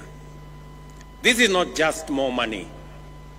It is a stronger foundation for counties to deliver, develop, and transform people's lives. Ladies and gentlemen, despite operating within a tight fiscal space, the government has honored its commitment to timely disbursements, clearing all balances owed to counties for the just ended financial year. This ensures that counties have the fiscal capacity, institutional infrastructure, and human resources necessary to deliver on their expanded mandates effectively. again to report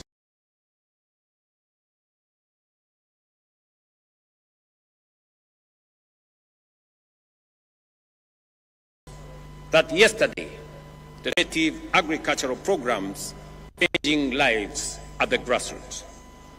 Investments, ladies and gentlemen, are the lifeblood of the grassroots. Investments, ladies and gentlemen, are the lifeblood of economic transformation. They inject capital, spur innovation, generate employment, and unlock local potential. Nowhere is this more true than our counties.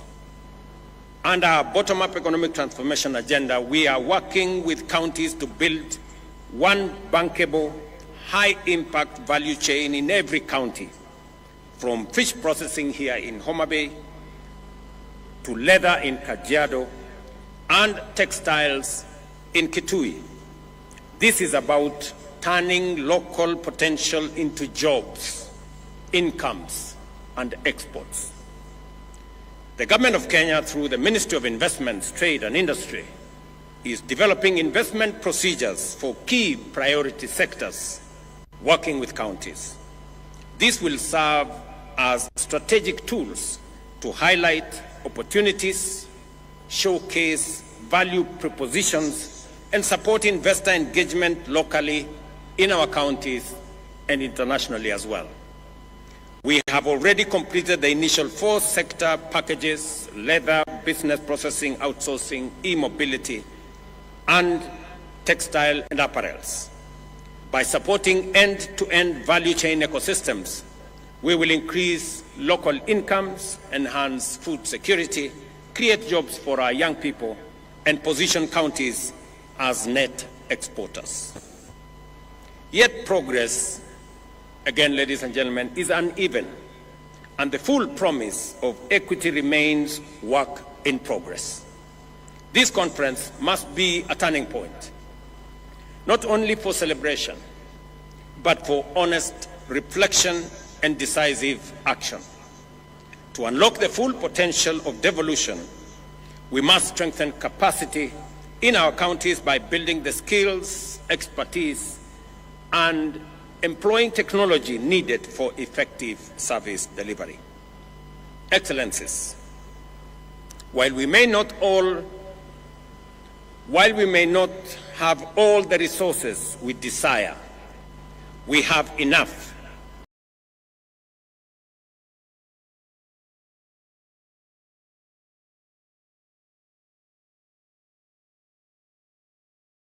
Deliver meaningful service to our people, needed for effective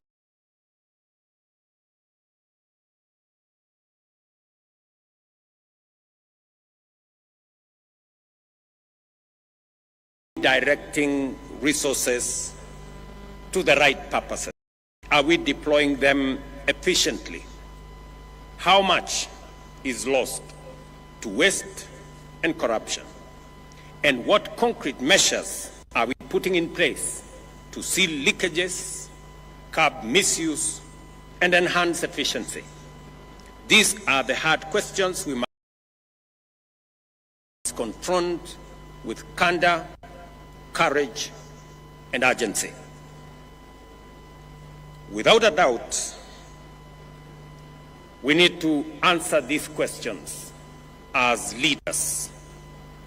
And I listened very carefully to the statements that have been made here,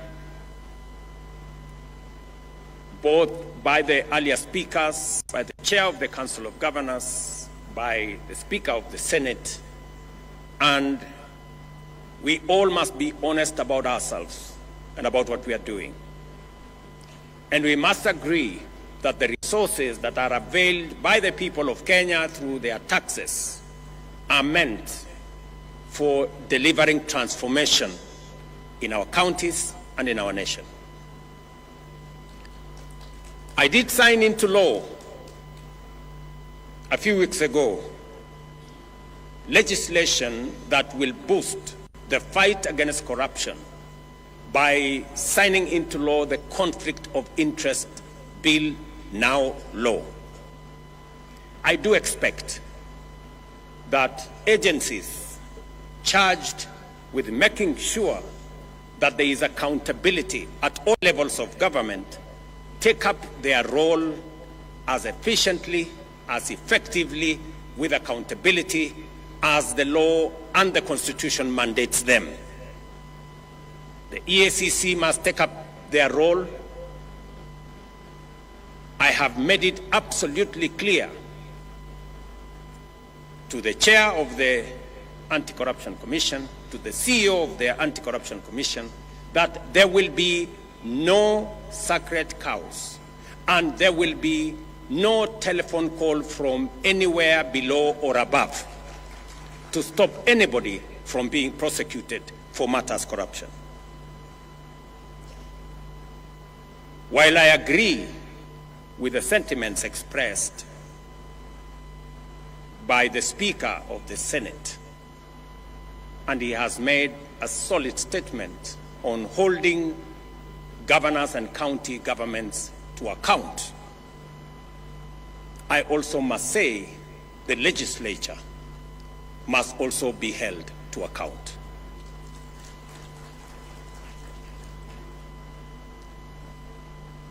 Because there is something going on in our legislature that we must call out. There is money being demanded from the executive, from governors, from ministers, from people in the executive, especially those who go for accountability before our houses of parliament. Mr. Speaker, it cannot continue to be business as usual. It is not possible that committees of parliament demand to be bribed, demand to be paid for them to write reports or to look the other way for what is happening in either the national government or the county government. All of us must act together. The fight against corruption must be an all of society engagement and exercise and effort. I also want to ask the judiciary not to be a haven for the corrupt to hide behind judicial decisions. We have innovation that is only available in Kenya that allows a corrupt person or somebody who has stolen public resources or somebody in breach of law not to be prosecuted. Something called anticipatory bail. It is a Kenyan innovation that takes us backwards. Just let's ask ourselves, somebody who has stolen public funds and then goes to court and gets something called anticipatory bail, makes it impossible for such a person to be arrested and prosecuted endlessly. How does that support the fight against corruption? This is a matter I hope our friends in the judiciary would help us answer. Because we are undertaking transformation in Kenya, but that transformation is being undermined by corruption, and we must call it what it is. And all agencies, institutions, and arms of government, we must come together to deal with the challenge of corruption so that we can ensure that public resources are meant and are used for the intended purposes for which the people of Kenya have asked us. Without a doubt, ladies and gentlemen, technology can help in eliminating waste and enhancing efficiency. Since its inception in 2013, the e-Citizen platform has stood at the heart of Kenya's digital transformation. What began with a handful of services, about 300 then, has evolved into a 24/7 one-stop shop for over 22,000 government services, accessible from every part of Kenya and everywhere in the world. Today, more than 14 million Kenyans are registered on the e-Citizen platform, with 500,000 Kenyans logging in daily to access passports, driving licenses, business registration, land transactions, marriage certificates, police clearances, and much more. All without queues, intermediaries, brokers, or unnecessary bureaucracy. The results speak for themselves.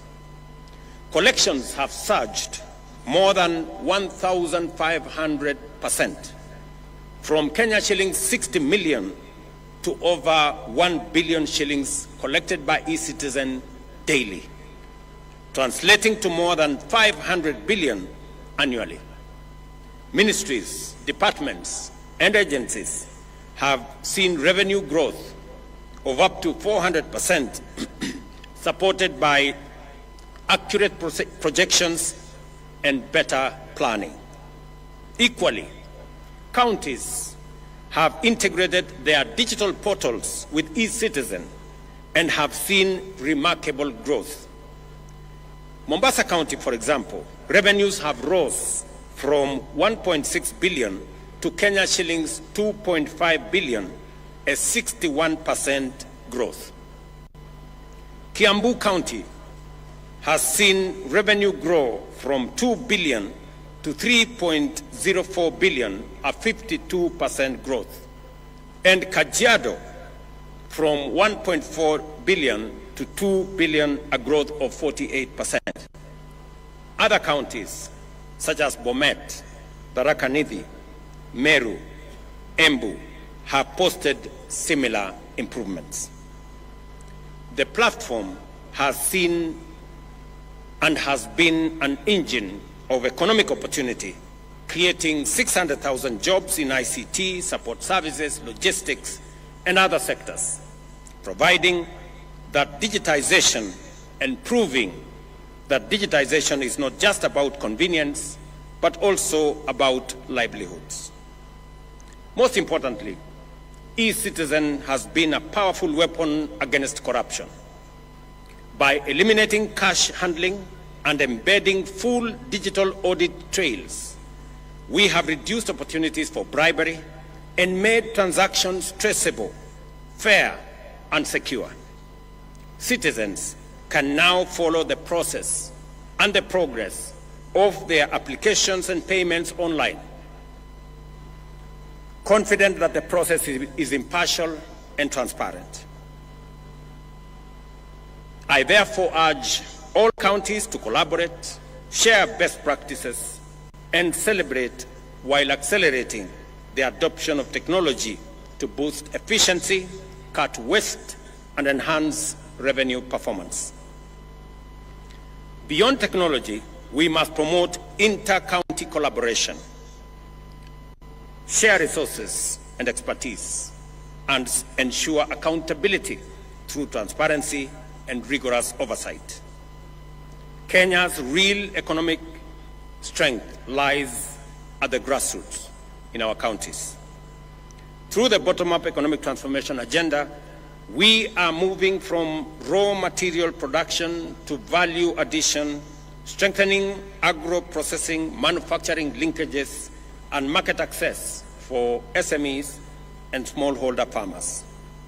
As we gather here in Homa Bay, I challenge every leader and citizen to renew our commitment to the spirit of devolution, invest in people-first policies and programs, ensure every shilling has impact and bring government services closer to the people. Let me share two other things that I really wanted to say on this day, this very important day of devolution. I must congratulate county governments.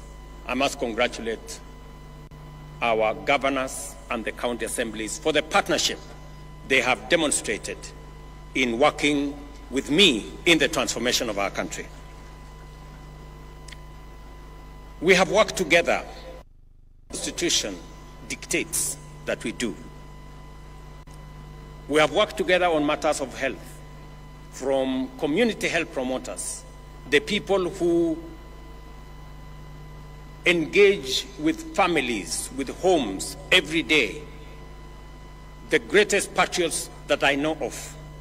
We have worked together with the counties, and I want to congratulate counties for sharing this resource so that we can bring health to be a reality and to be a right for all citizens, not a privilege for those who can afford. I am also happy that we have made tremendous progress in the delivery of our universal health coverage, working with counties. All the counties have signed into the program that will enable citizens access health at every facility in a way that doesn't exclude others. And as a result, we all know that more Kenyans are now in the bracket of SHA. 25.2 million Kenyans are already registered, many accessing service.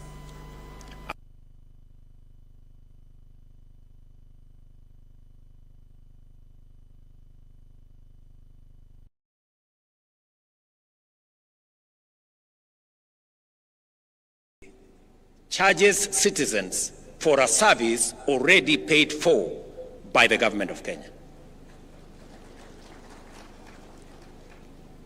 Let me state here that we have made provisions in the budget of 21 billion Kenya shillings to make sure that treatment, medicine at level 2, at our dispensaries, at our health centers, at our sub-county hospitals, all the way to level 4, outpatient facilities, outpatient treatment is paid for fully by the government of Kenya. And no facility, no dispensary, no health center or sub-county hospital should charge citizens who go to seek treatment, because the government of Kenya will refund for the treatment, for the medicine given to citizens at that level. I am saying this because there are counties that are still charging citizens in health centers and dispensaries and level 4 for treatment when that treatment is already paid for by the government of Kenya. We should stop it. And I want to ask you, colleagues, to help the citizens of our nation, because, as I have said, we do not want to make health a privilege. We want to make it a right for all citizens.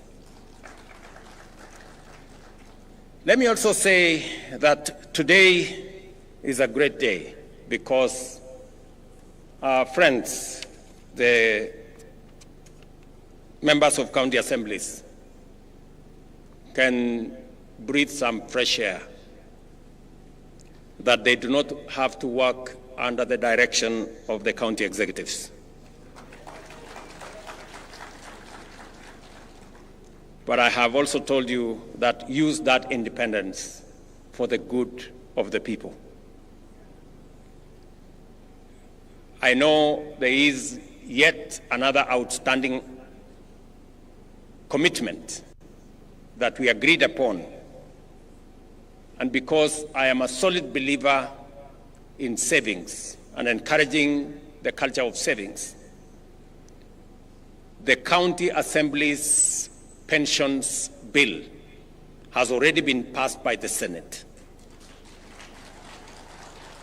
It has gone through the first reading in the National Assembly, and I'm confident that in the next couple of months, I will be signing into law the County Assembly's pensions bill into law, so that county assemblies like the National Assembly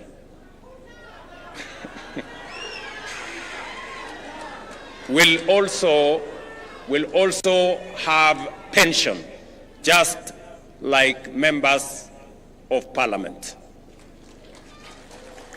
This pension, we agreed, is going to be contributory, just the same way the one in Parliament is contributory, and it will assist us in making sure that we avoid old age poverty by people who have served in the public service. Today, again in Homa Bay, I announced another milestone, that through our housing levy and housing fund, we have rolled out affordable housing, we have rolled out construction of markets across Kenya. Today, we broke ground for the first ever hostel for student accommodation in Kenya. And here in Tom Mboya University, we will be building a hostel accommodation facility to host over 2,000 students, and we are rolling it across Kenya. We already have identified universities, Kenya medical training colleges, and TVET institutions to build student accommodation that will accommodate 170,000 students across Kenya as phase one, as we expand the program of housing in Kenya, not only to provide for social housing, affordable housing, student accommodation, our markets, and all the other infrastructure that we are building under that framework. Again, I want to celebrate that the same way we started the affordable housing here in Homa Bay, by coincidence again, we are starting student accommodation construction again here in Homa Bay. Again, here in Homa Bay, I have signed legislation for the first time in Homa Bay County into law, and we are slowly but surely making history in the Republic of Kenya. Ladies and gentlemen, allow me to conclude by congratulating Madam Gladys Wanga, Governor of Homa Bay County, for her exemplary leadership and hosting this conference. I also want to commend her for taking decisive action against the people who are running Rachuonyo facility, who we identified as one of the ones that were stealing our money. Thank you very much, Governor, for taking action swiftly. And I want to promise you that as you dismiss those people, we will look for them so that we can prosecute them, so that they can, we can hold them to account. And we are going to do it for all the other facilities that will try to steal from our resources meant for health. And finally, to this great school of Homa Bay, who have given us their grounds so that we can host this facility, I want to say thank you very much to this school. And as a small token of appreciation, the government of Kenya is going to provide 10 million shillings for the construction of the library, as I was informed by the governor. Thank you very much, Mwalimu, for allowing us to use these great grounds for this momentous event. For the people, for prosperity is not just a slogan. It is a call to action, to fairness, opportunity, and progress in every part of Kenya. Let history record that this generation, these leaders, made devolution work, not just in law, but in the daily lives of the people of Kenya. I wish you fruitful deliberations and concrete outcomes at this 2025 Devolution Conference here in Homa Bay. Asanteni sana, and God bless you.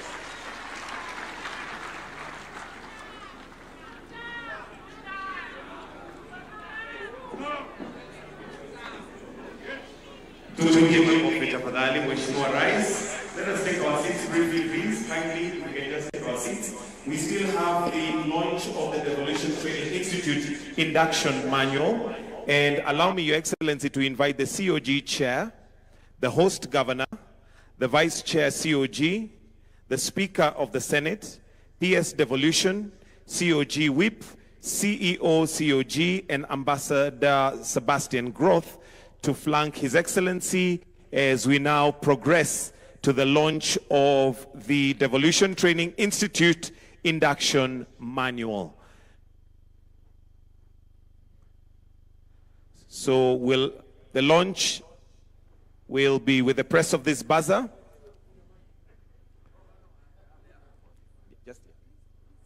So Your Excellency, you may come, and then I'll request that you join His Excellency. The launch is right there. That's where the book is, the manual. So kindly, if we... Microphone, please. I'm sorry, I forgot the Speaker of Senate did ask me about consideration of the Senate team. And I want to confirm that the Senate team did a wonderful performance. Congratulations. A round of applause for the Senate team for winning yesterday's match. Congratulations. And you merit, as the Speaker has said, you merit a reward for what you have done. There is only a small technical problem.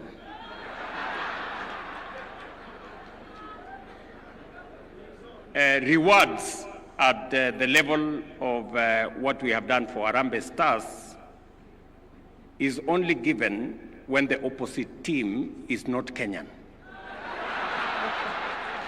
So, unfortunately for the Senate, the team on the other side also came from Kenya. So I really apologize that I may not be able to assist in this particular circumstance. But the next time you play against a foreign team and you perform well as you have done, then there will be due consideration. Thank you very much. At the count of 3, we'll have the launch of the manual. And Your Excellency, it is right there where we're going to be having the launch. So in 3, 2, and 1, the buzzer is pressed. And we now have the manual, which is the Council of Governors Devolution Training Institute Induction Manual, which is rotating right there.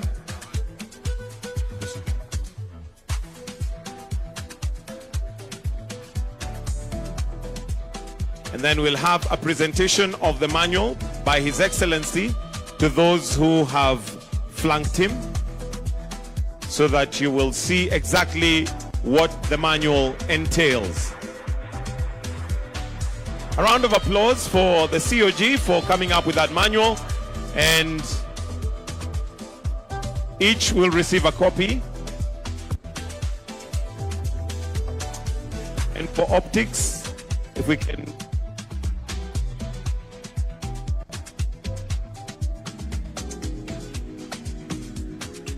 Then if we can all just hold a copy once it's done for a photo opportunity.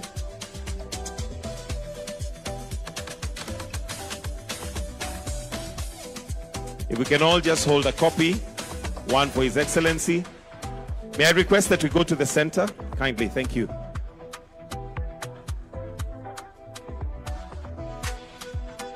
If we can have 4 on one side.